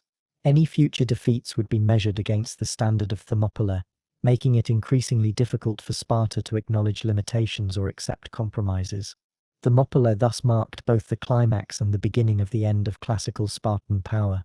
The battle provided the ultimate validation of Spartan military culture, but it also created pressures and expectations that the small citizen population couldn't sustain indefinitely. The 300 had died to preserve Greek freedom, but their sacrifice had also trapped Sparta in a reputation for invincibility that would eventually contribute to their downfall.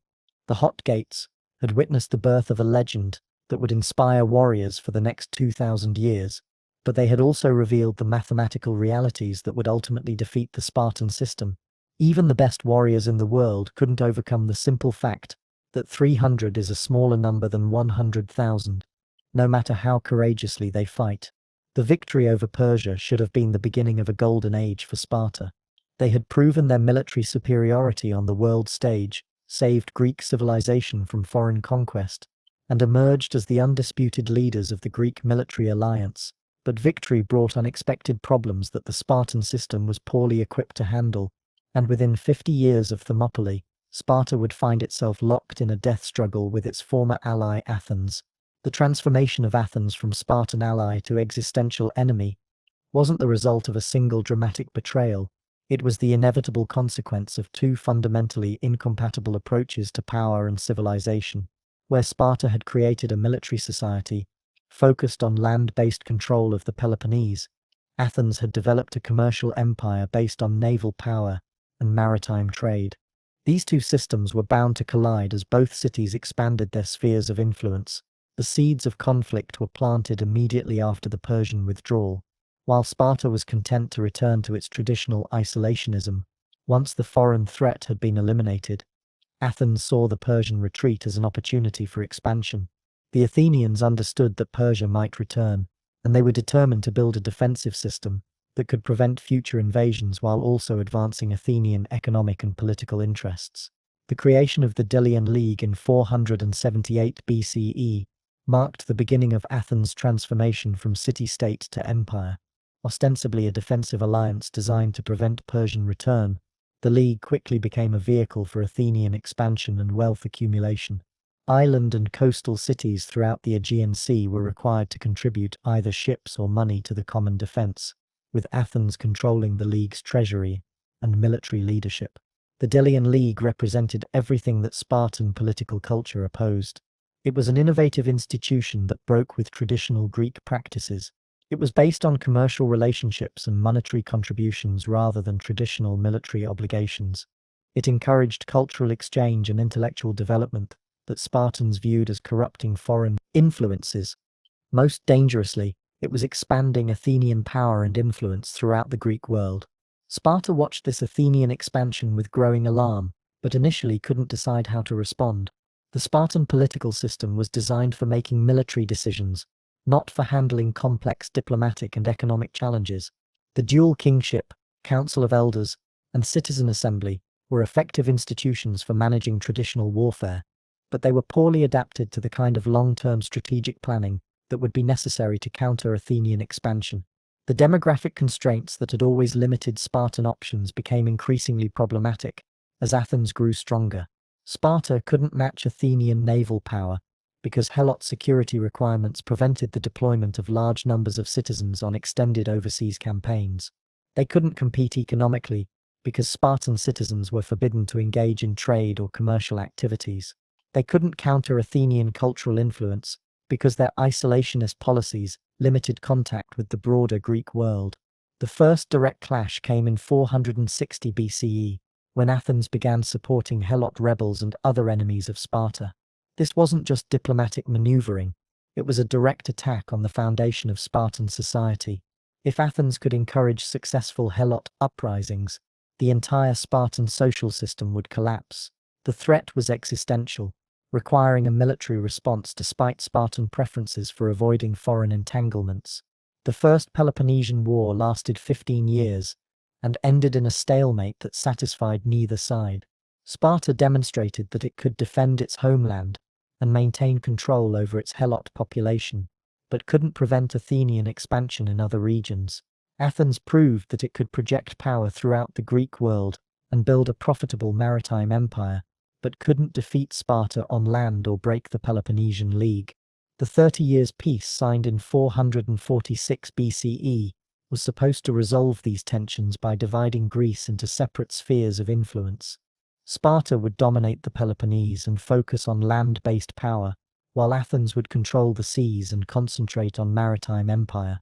Each side would respect the other's allies and avoid interference in the other's sphere of influence. But this peace was built on false assumptions about the nature of Athenian and Spartan expansion.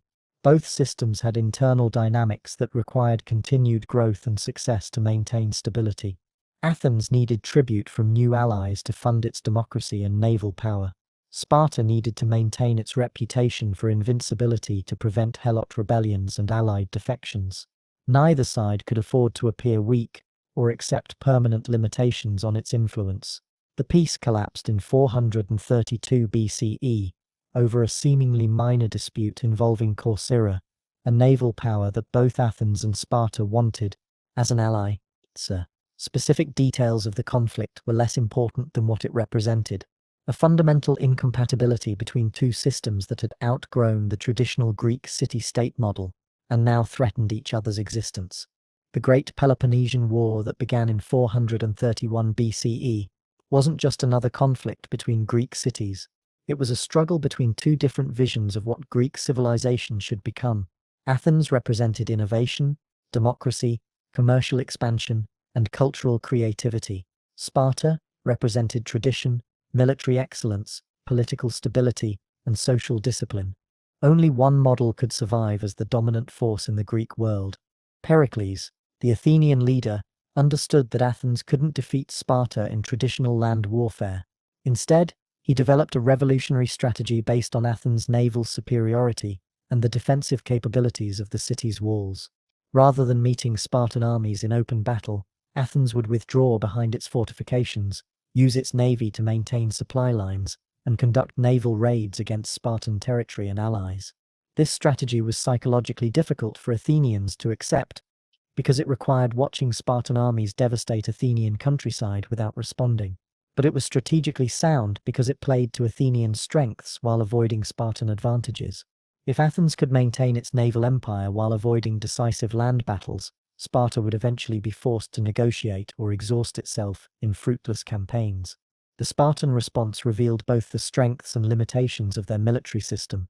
They could mobilize large armies quickly and devastate enemy territory effectively, but they had no answer to a strategy that avoided direct confrontation. Spartan warriors were trained for decisive battles where superior individual skills and unit cohesion could determine outcomes, not for the kind of attritional warfare that the Athenian strategy required. The early years of the war demonstrated the fundamental mismatch between Spartan capabilities and strategic requirements. Annual invasions of Attica achieved nothing beyond destroying crops and buildings that could be rebuilt. Athenian naval raids caused more economic damage to Spartan territory than Spartan land campaigns caused to Athens. The war was becoming exactly the kind of prolonged, indecisive conflict that the Spartan system was least equipped to handle. The plague that struck Athens in 430 BCE seemed to offer Sparta an opportunity to achieve decisive victory without having to solve the strategic problems that had stymied their military efforts. The disease killed thousands of Athenians, including Pericles himself, and temporarily disrupted Athenian naval operations. But rather than capitalizing on this opportunity, Sparta continued its ineffective strategy of annual invasions that achieved no strategic goals. The failure to exploit Athenian weakness during the plague revealed a crucial limitation of the Spartan political system. The institutions that provided stability and prevented internal conflict also made it difficult to adapt quickly to changing circumstances. The dual kingship, council of elders, and consensus-based decision-making that worked well for traditional military campaigns were poorly suited to the kind of flexible strategic thinking that the war required. The middle phase of the war saw both sides making strategic innovations that revealed their respective strengths and weaknesses. Athens developed new approaches to land warfare, including the use of light infantry and cavalry that could match Spartan mobility while avoiding direct confrontation with heavy infantry. Sparta began developing naval capabilities and seeking Persian financial support to compete with Athenian maritime power. The most significant Spartan innovation was the establishment of a permanent base at Decele in Athenian territory. Rather than conducting seasonal invasions that allowed Athens to recover between campaigns, Sparta maintained a year-round military presence that disrupted Athenian agriculture and forced Athens to maintain expensive defensive measures. This represented a major shift from traditional Spartan military practice, which had emphasized quick, decisive campaigns rather than prolonged occupation duties. The Deceleia strategy demonstrated both Spartan adaptability and the limitations of their military resources. The permanent base was strategically effective, but it required a continuous commitment of military manpower that strained Spartan demographic resources. Every warrior assigned to Decelia was a warrior who wasn't available for Helot suppression, allied support, or response to other military challenges. The later phases of the war saw increasingly desperate expedients on both sides as the conflict dragged on far longer than either had anticipated. Athens attempted to break the stalemate with ambitious overseas campaigns, including the disastrous Sicilian expedition that cost them much of their navy and many of their best troops. Sparta began accepting Persian financial support and military advice, abandoning the isolationist principles that had previously defined their foreign policy. The Persian intervention was the decisive factor that finally gave Sparta the tools necessary to defeat Athens. Persian gold allowed Sparta to build and maintain a navy capable of challenging Athenian maritime supremacy. Persian diplomatic support helped Sparta encourage rebellions among Athenian allies who were tired of paying tribute and accepting Athenian political interference. But accepting Persian support came at enormous cost to Spartan principles and reputation. The city that had led Greek resistance against Persian invasion was now allied with Persia against fellow Greeks. The society that prided itself on military self-sufficiency was now dependent on foreign subsidies to maintain its war effort. The isolation that had preserved Spartan cultural purity was now compromised by the need to work with Persian officials and advisors. The final phase of the war demonstrated how thoroughly both Athens and Sparta had been transformed by their long conflict. Athens had abandoned its democratic ideals and was ruled by oligarchic factions supported by Spartan military power. Sparta had abandoned its traditional isolationism and was actively intervening in the internal affairs of cities throughout the Greek world. The decisive naval battle at Agoge in 405 BCE represented the ultimate irony of the Peloponnesian War. Sparta, the great land power, defeated Athens, the great naval power, in a sea battle that was won primarily through Persian financial support and strategic advice. The victory demonstrated Spartan determination and adaptability, but it also revealed how far they had moved from their original military culture. The siege and surrender of Athens in 404 BCE marked the end of the Athenian Empire and the beginning of Spartan hegemony over the Greek world. But the victory was hollow in many ways. Sparta had won the war, but only by abandoning many of the principles that had made them distinctive. They had gained control over territories they were poorly equipped to govern, and populations they didn't understand. The demographic cost of the 27-year war was catastrophic for Sparta. Hundreds of citizen warriors had died in battles throughout the Greek world, representing an irreplaceable loss to a society that was already struggling with declining birth rates and citizen numbers. The survivors were exhausted, many of them corrupted by exposure to foreign wealth and ideas that challenged traditional Spartan values. The economic consequences were equally serious. The war had required unprecedented military expenditures that had strained the Spartan system beyond its limits. The traditional Helot-based economy that had supported Spartan military culture was no longer sufficient to maintain the kind of extended overseas commitments that hegemony required. Most importantly, the war had destroyed the conditions that had made Spartan military culture effective. The small, closed society that had produced superior warriors through intensive training and social conditioning was now responsible for governing a diverse empire that included millions of people with different traditions, languages, and political systems. The institutions that had worked well for managing a few thousand citizens were completely inadequate for imperial administration. The victory over Athens represented both the peak and the beginning of the end of Spartan power. They had demonstrated that their military system could adapt and prevail even against the most sophisticated enemies, but they had also revealed the fundamental limitations that would eventually lead to their decline. The war had forced Sparta to become something it was never designed to be. Governing power responsible for complex political and economic relationships throughout the Greek world. The Spartans had won the war, but in winning they had lost themselves. The society that emerged from the Peloponnesian War was still called Sparta, but it bore little resemblance to the unique military culture that had developed in the Eurotas Valley over the previous 3 centuries. The seeds of future defeat were planted in the moment of greatest victory, hidden beneath the celebration of triumph over their greatest rival. Victory over Athens should have inaugurated a golden age of Spartan dominance, but instead it marked the beginning of a rapid and irreversible decline that would reduce the most famous military state in history to a provincial curiosity within a single generation. The very success that had taken 27 years to achieve contained the seeds of destruction that would unravel 3 centuries of military excellence in less than 30 years. The immediate aftermath of the Peloponnesian War revealed how poorly equipped Sparta was for the responsibilities of hegemony. Their entire social system had been designed to produce warriors capable of defending a small territory against external threats and maintaining control over a subject population. Nothing in their experience had prepared them for governing an empire that stretched from the Black Sea to Sicily, managing complex economic relationships, or dealing with the sophisticated political problems that came with imperial power. The first signs of trouble appeared almost immediately. Spartan governors sent to rule former Athenian territories quickly developed reputations for corruption, incompetence, and brutality that made Athenian rule seem benevolent by comparison. These men had been trained from childhood to be warriors, not administrators, and they had no understanding of the diplomatic skills, economic knowledge, or cultural sensitivity required for effective governance. The traditional Spartan lifestyle, which had seemed like admirable austerity during wartime, appeared primitive and backward when compared to the sophisticated urban cultures they now ruled. Spartan officials were embarrassed by their lack of education, their cultural narrowness, and their inability to participate effectively in the intellectual and artistic life that characterized the cities they governed.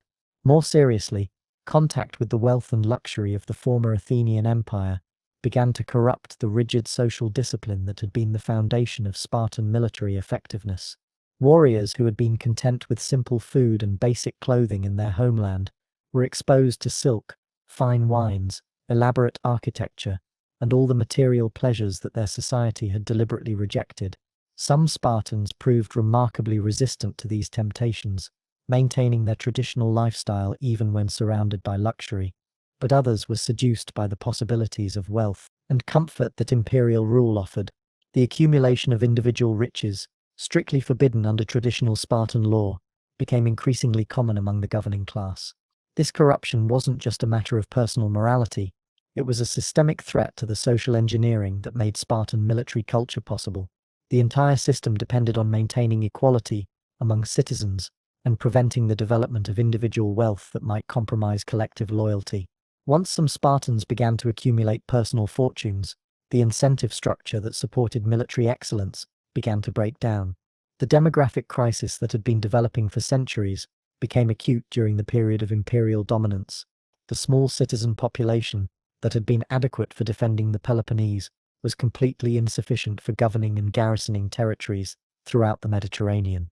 Sparta was forced to rely increasingly on allies, mercenaries, and helots for military functions that had traditionally been performed by citizens. This reliance on non-citizen military forces created a vicious cycle that accelerated Spartan decline. As citizens became administrators rather than warriors, their military skills deteriorated. As military functions were delegated to others, the justification for the harsh social system that produced citizen warriors became less compelling. As the citizen population declined through war casualties and low birth rates, the remaining citizens became increasingly unable to maintain control over their subject populations. The helot system, which had been the economic foundation of Spartan power, began to show signs of strain under the pressures of imperial administration. Managing territories throughout the Greek world required resources and attention that had previously been devoted to helot supervision. The rigid control mechanisms that had prevented successful rebellions for centuries became harder to maintain when Spartan attention was divided among dozens of different military and political challenges. The Persian funding that had made Spartan victory possible also created long-term problems that undermined traditional Spartan independence. The gold that had built Spartan naval power came with Persian political influence and strategic priorities that didn't always align with Spartan interests. Sparta found itself increasingly dependent on Persian support for maintaining its imperial position, compromising the autonomy that had been a fundamental principle of their political system. The most serious challenge to Spartan hegemony came from an unexpected source. Thebes, a Greek city that had been a minor player in previous conflicts, but now emerged as a formidable military and political power. The Thebans had learned from both Athenian and Spartan examples, developing innovative military tactics and political institutions that were better adapted to the realities of 4th century Greek warfare. The rise of Thebes wasn't just about military innovation, it was about a fundamental shift in the nature of Greek political and military competition. The old model of city-state independence was giving way to a new reality of regional federations and professional armies that could challenge traditional powers through superior organization and tactics, rather than individual warrior excellence. Epaminondas, the Theban general who would destroy Spartan military supremacy, represented everything that the Spartan system was least equipped to handle. He was an intellectual as well as a warrior, a political theorist who understood the relationship between military tactics and social organization. He had studied Spartan strengths and weaknesses systematically, developing specific countermeasures for the military techniques that had made Sparta dominant for 3 centuries. The Theban military innovations that Epaminondas developed were elegantly simple but devastating in their effectiveness against traditional Spartan tactics. The oblique order concentrated superior force against a single point in the enemy battle line, using depth and weight rather than individual skill to achieve breakthrough. The sacred band, an elite unit of paired lovers, provided the kind of unit cohesion that had previously been a Spartan monopoly. But the most important Theban innovation was strategic rather than tactical. Epaminondas understood that Spartan military power depended on the helot system, and he developed a comprehensive strategy for attacking this foundation rather than simply defeating Spartan armies in battle. This represented a more sophisticated understanding of the relationship between military capability and social organization than any previous enemy had demonstrated. The conflict that led to the decisive battle at Leuctra in 371 BCE began with relatively minor disputes between Sparta and Thebes over influence in central Greece. But these surface disagreements reflected deeper tensions about the future direction of Greek political development. Sparta represented the old model of military aristocracy ruling through traditional institutions, while Thebes represented newer approaches to political organization and military technology. The battle itself revealed how completely the military balance had shifted against Sparta. The tactical innovations that Epaminondas had developed proved devastatingly effective against traditional Spartan phalanx formations. The oblique order concentrated Theban strength against the Spartan right wing, where King Cleombrotus commanded the elite troops that should have been the strongest part of the Spartan line. The death of Cleombrotus in the initial Theban assault created a crisis of command that the Spartan system was poorly equipped to handle. The rigid military hierarchy that worked well in victory became a source of confusion and paralysis when faced with unexpected tactical situations. Units that had been trained to follow orders without question found themselves without clear leadership when their commanders were killed or wounded. More importantly, the Spartan warriors themselves proved vulnerable to the new Theban tactics in ways that revealed fundamental limitations in their training and equipment.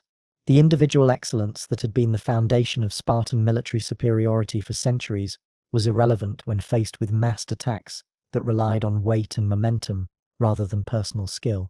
The psychological impact of defeat at Leuctra was even more devastating than the immediate military consequences. For 3 centuries, Spartan military invincibility had been the central organizing principle of their society and the foundation of their political system. The discovery that Spartan warriors could be defeated in fair combat by other Greeks shattered the ideological basis of their entire social order. The immediate aftermath of Leuctra saw unprecedented developments that would have been unimaginable just a few years earlier. For the first time in centuries, enemy armies invaded Laconia itself, the Spartan homeland that had been considered inviolable since the original Dorian conquest. The psychological impact of foreign troops marching through territory that had never been successfully invaded was catastrophic for Spartan morale and prestige.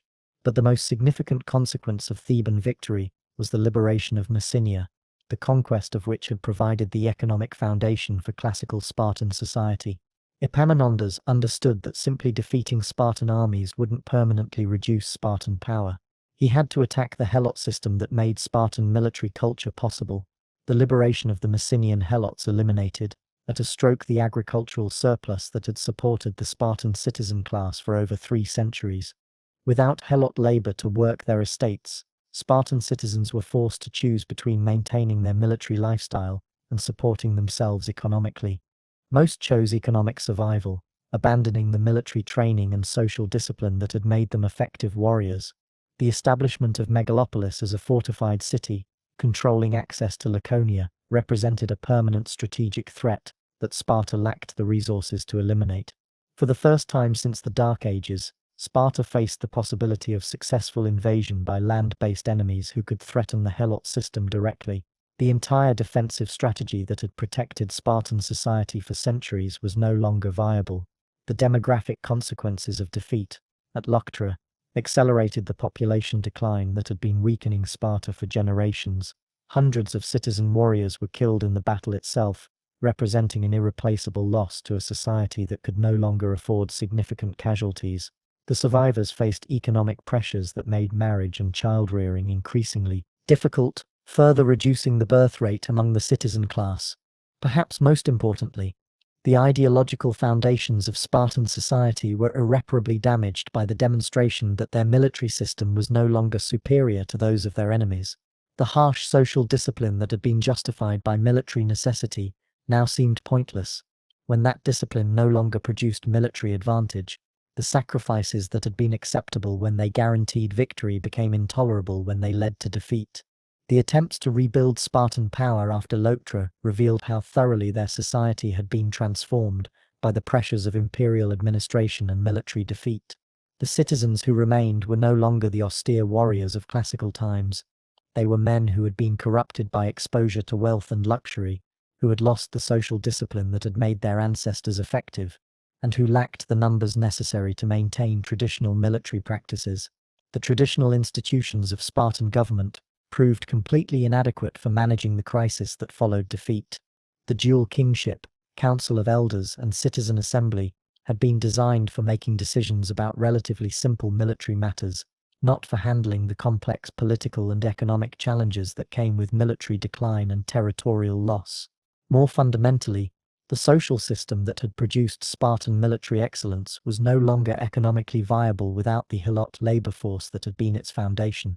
The attempt to maintain traditional Spartan lifestyle without Helot agricultural surplus forced citizens to choose between military training and economic survival.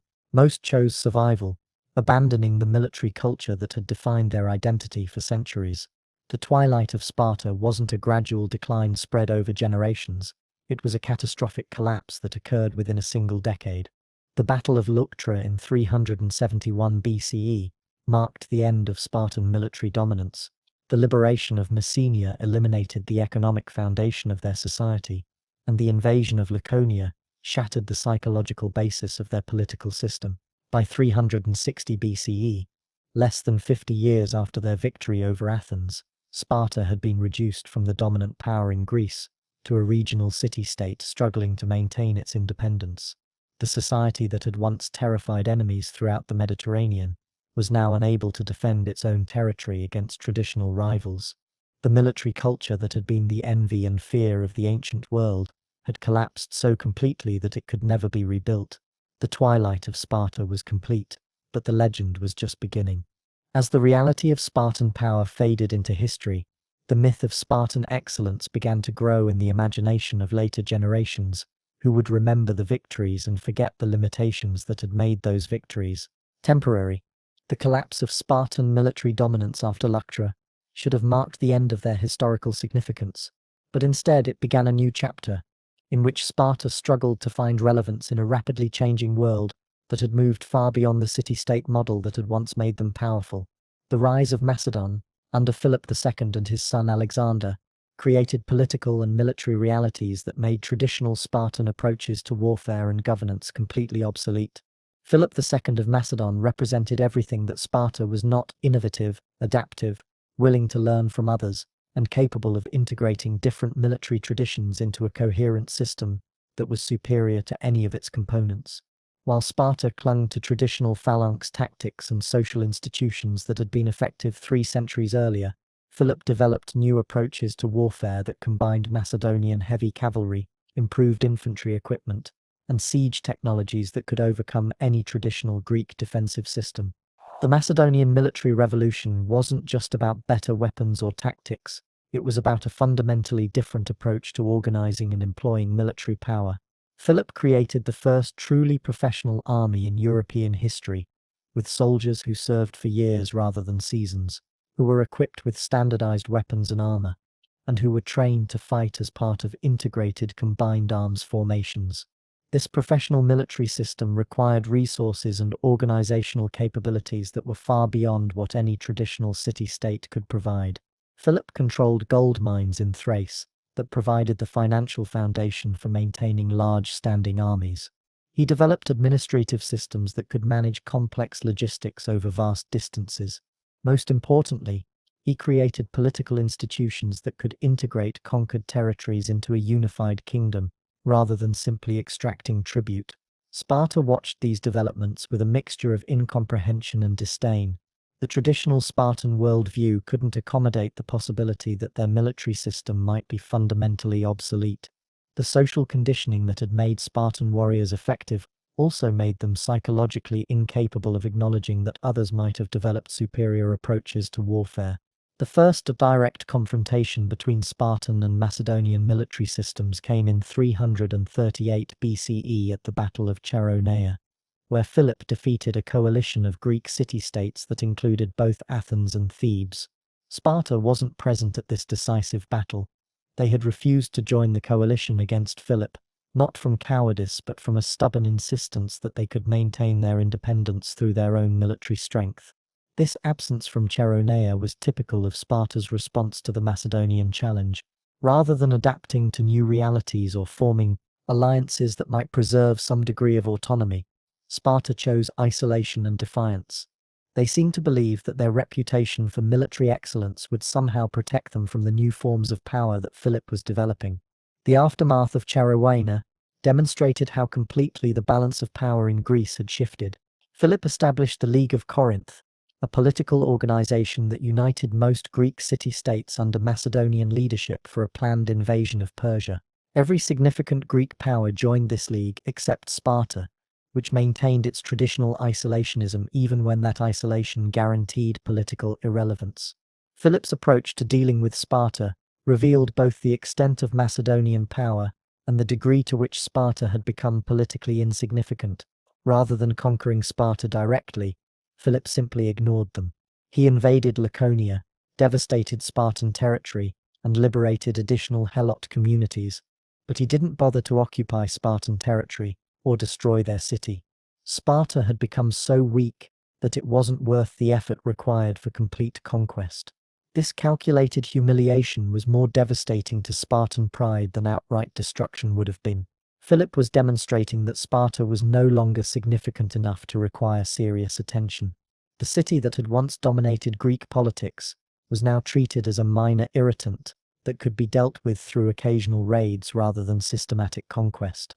The rise of Alexander the Great accelerated the trends that were making traditional city-state politics obsolete. Alexander's conquests created an empire that stretched from Egypt to India, fundamentally changing the scale and nature of political organization in the ancient world. The parochial concerns that had motivated Greek city-state conflicts for centuries became irrelevant in a world where single rulers controlled territories larger than entire continents. Sparta's response to Alexander's invitation to join his Persian expedition was entirely predictable. They refused, maintaining their traditional policy of avoiding foreign entanglements. But this refusal was no longer based on strength, it was based on weakness. Sparta couldn't contribute meaningfully to Alexander's campaigns because they lacked the military resources, the organizational capabilities, and the cultural adaptability that such participation would have required. While Alexander was conquering the Persian Empire and spreading Greek culture throughout Asia, Sparta was engaged in a minor revolt led by King Aegeis III that demonstrated how completely their military capabilities had deteriorated. This rebellion, which occurred while Alexander was campaigning in India, was suppressed by Macedonian forces without requiring Alexander's personal attention. The king who had conquered Persia didn't even bother to return to deal with Spartan resistance. The defeat and death of Aegeis III in 331 BCE marked the final end of Spartan military significance. The rebellion had been a desperate attempt to regain relevance by challenging Macedonian power when most of their forces were absent on campaign. Its failure demonstrated that Sparta lacked even the capability to take advantage of favorable circumstances, let alone to compete with the new forms of power that were reshaping the Mediterranean world. The Hellenistic period that followed Alexander's death saw the emergence of large territorial kingdoms ruled by his successors, the Ptolemies in Egypt, the Seleucids in Asia, and the Antigonids in Macedonia. These kingdoms operated on scales that made traditional city-state politics completely irrelevant. Sparta found itself reduced to the status of a minor client state, whose main value was symbolic rather than strategic. The attempt to maintain traditional Spartan institutions in this new environment produced increasingly bizarre results. The kings, ephors, and citizen assembly continued to function, but they were governing a society that bore no resemblance to classical Sparta. The citizen population had declined to a few hundred families. The helot system had been largely dismantled, and the economic foundation of Spartan society had disappeared. The social revolution led by King Cleomenes III in the late 3rd century BCE represented a desperate attempt to restore Spartan power by abandoning the traditional institutions that had made them distinctive. Cleomenes abolished the ephorate, redistributed land to create new citizens, and attempted to recreate the military culture that had made Sparta famous. But these reforms came too late and were based on a fundamental misunderstanding of what had made classical Sparta effective. The reformed Spartan army that Cleomenes created was a pale imitation of its classical predecessor. The new citizens lacked the generational conditioning that had made traditional Spartan warriors effective. The military training was abbreviated and superficial compared to the lifelong socialization that had characterized the classical agoge. Most importantly, the demographic and economic conditions that had supported the original system no longer existed. The brief military successes that Cleomenes achieved against other Peloponnesian cities created the illusion that Sparta might be able to regain its former position. But these victories were won against enemies who were equally weak and obsolete, not against the professional armies and sophisticated political organizations that now dominated the Mediterranean world. The intervention of Macedonia, under Antigonus Doson, quickly ended Cleomenes' experiment in Spartan restoration. The Battle of Seleucia in 222 BCE saw the last Spartan army destroyed by Macedonian forces, using the same combined arms tactics that Philip II had developed decades earlier. Cleomenes fled to Egypt, where he died in exile, and Sparta was occupied by Macedonian troops for the first time in its history. The Roman conquest of Greece in the 2nd century BCE reduced Sparta to the status of a provincial museum, preserved not for its contemporary relevance, but for its historical associations. Roman tourists visited Sparta to see the remnants of the famous military culture, much as modern tourists visit historical sites to connect with a romanticized past. The Romans found Sparta fascinating precisely because it was so different from their own approach to power and organization. Roman military success was based on adaptability, organizational innovation, and the systematic integration of conquered peoples. Spartan military culture had been based on exclusivity, cultural conservatism, and the rigid maintenance of traditional practices. Roman writers like Plutarch created the literary version of Sparta that would influence Western imagination for the next 2,000 years. This romanticized Sparta emphasized the heroic aspects of their military culture, while ignoring the social costs and strategic limitations that had led to their decline. The myth of Spartan excellence grew stronger as the reality of Spartan power faded into history.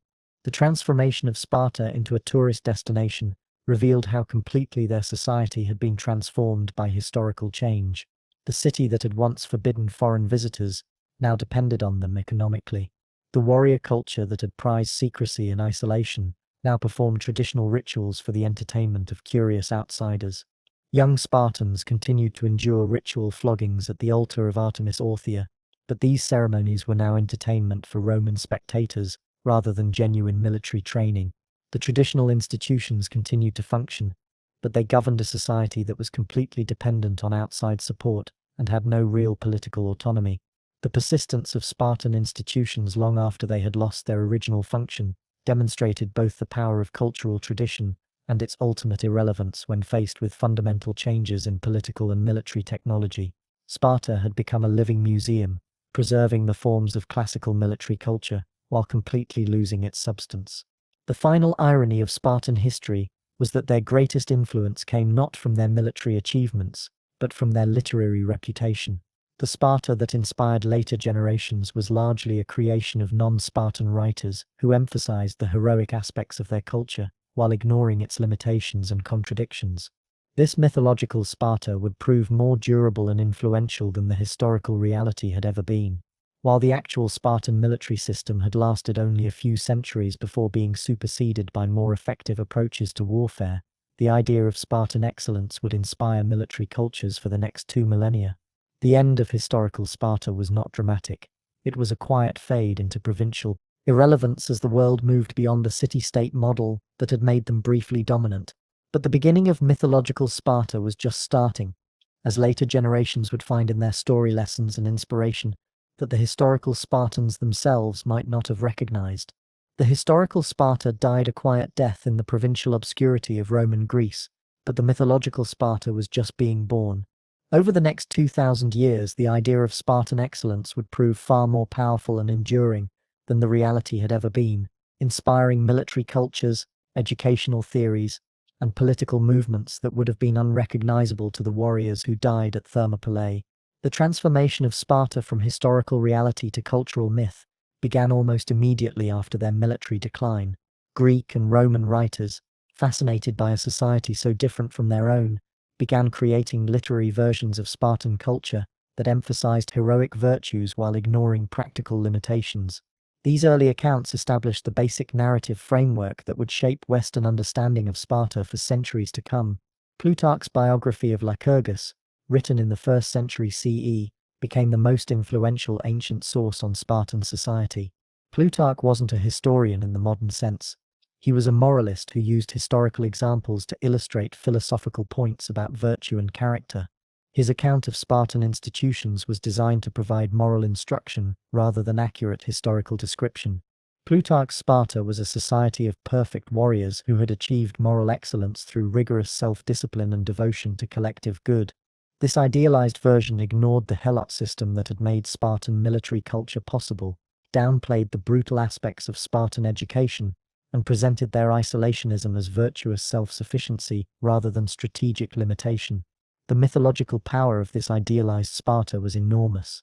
Here was a society that had apparently solved the fundamental problems of human organization by subordinating individual desires to collective necessity. The warriors Plutarch described weren't motivated by greed, ambition, or personal glory. They fought and died purely from devotion to their community and its values. This moral interpretation of Spartan history appealed particularly to societies that were struggling with problems of luxury, corruption, and social decay. Throughout history, cultures that felt they had become soft and decadent would look back to Sparta as an example of the virtue and discipline that they believed they had lost. The Renaissance revival of classical learning brought new attention to Spartan examples, but filtered through humanist educational theories that emphasized moral development rather than military training. Renaissance educators saw in Spartan methods a model for character formation that could be adapted to produce virtuous citizens rather than professional warriors. This educational interpretation of Spartan culture would prove remarkably persistent. For centuries, European schools would use watered-down versions of Spartan training methods to build character in their students. Cold baths, physical exercise, simple food, and strict discipline were all justified by reference to Spartan examples, even when the original context and purpose had been completely abandoned. The Enlightenment brought new interpretations of Spartan political institutions that emphasized their apparently democratic elements while ignoring their exclusivity and dependence on slave labor. Philosophers like Rousseau saw in Sparta an example of how education and social institutions could shape human nature, creating citizens who naturally preferred public good to private advantage. The American revolutionaries found in Sparta examples of republican virtue that they hoped to recreate in their new nation. George Washington was frequently compared to classical Spartan kings, and the Cincinnati Society of Revolutionary War Officers explicitly modeled itself on Spartan examples of citizen soldiers returning to civilian life after military service. But the most significant modern appropriation of Spartan symbolism came with the rise of nationalism in the 19th and 20th centuries. Societies that defined themselves through military struggle found in Sparta a model of total commitment to collective defense that could justify extreme measures and total social mobilization. The German interpretation of Spartan culture during the Nazi period represents the darkest example of how mythological Sparta could be used to justify oppression and violence. Nazi ideologists saw in Sparta a model for their own racial state, emphasizing Spartan exclusivity, militarism, and willingness to eliminate weakness. This interpretation conveniently ignored the reality that historical Sparta had been remarkably unsuccessful in most of its military endeavors. The Cold War period saw new appropriations of Spartan symbolism by both sides in the ideological conflict. Western militaries emphasized Spartan individual heroism and resistance to tyranny, while communist states pointed to Spartan collective discipline and subordination of individual interests to social needs. Both interpretations were selectively chosen to support contemporary political agendas rather than to understand historical reality. Modern popular culture has created perhaps the most distorted version of Spartan history, emphasizing individual heroism and martial spectacle while completely ignoring the social and economic foundations that made Spartan military culture possible. Movies, video games, and novels present Sparta as a society of superhuman warriors whose military excellence was somehow divorced from the brutal realities of ancient slavery and social oppression. This popular cultural version of Sparta appeals to contemporary audiences precisely because it offers a fantasy of military excellence without moral complexity. Modern Sparta is a place where warriors fight purely for honor and freedom, without the uncomfortable realities of helot oppression, child abandonment, and systematic violence that characterized the historical society. The persistence of Spartan mythology reveals something important about human psychology and social organization. Every society struggles with the tension between individual desires and collective needs, and most find it difficult to maintain the discipline and sacrifice necessary for long-term survival. Sparta represents a solution to these problems, even if that solution was ultimately unsustainable and morally problematic.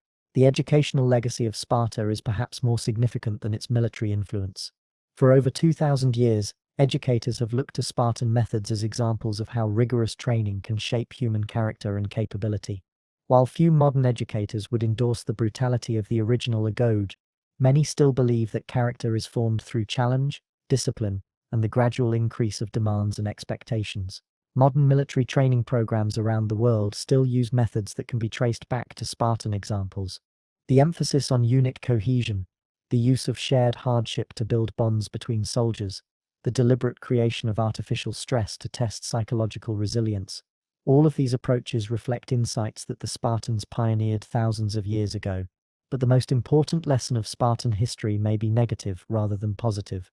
Sparta demonstrates the dangers of social systems that prioritize a single goal above all others.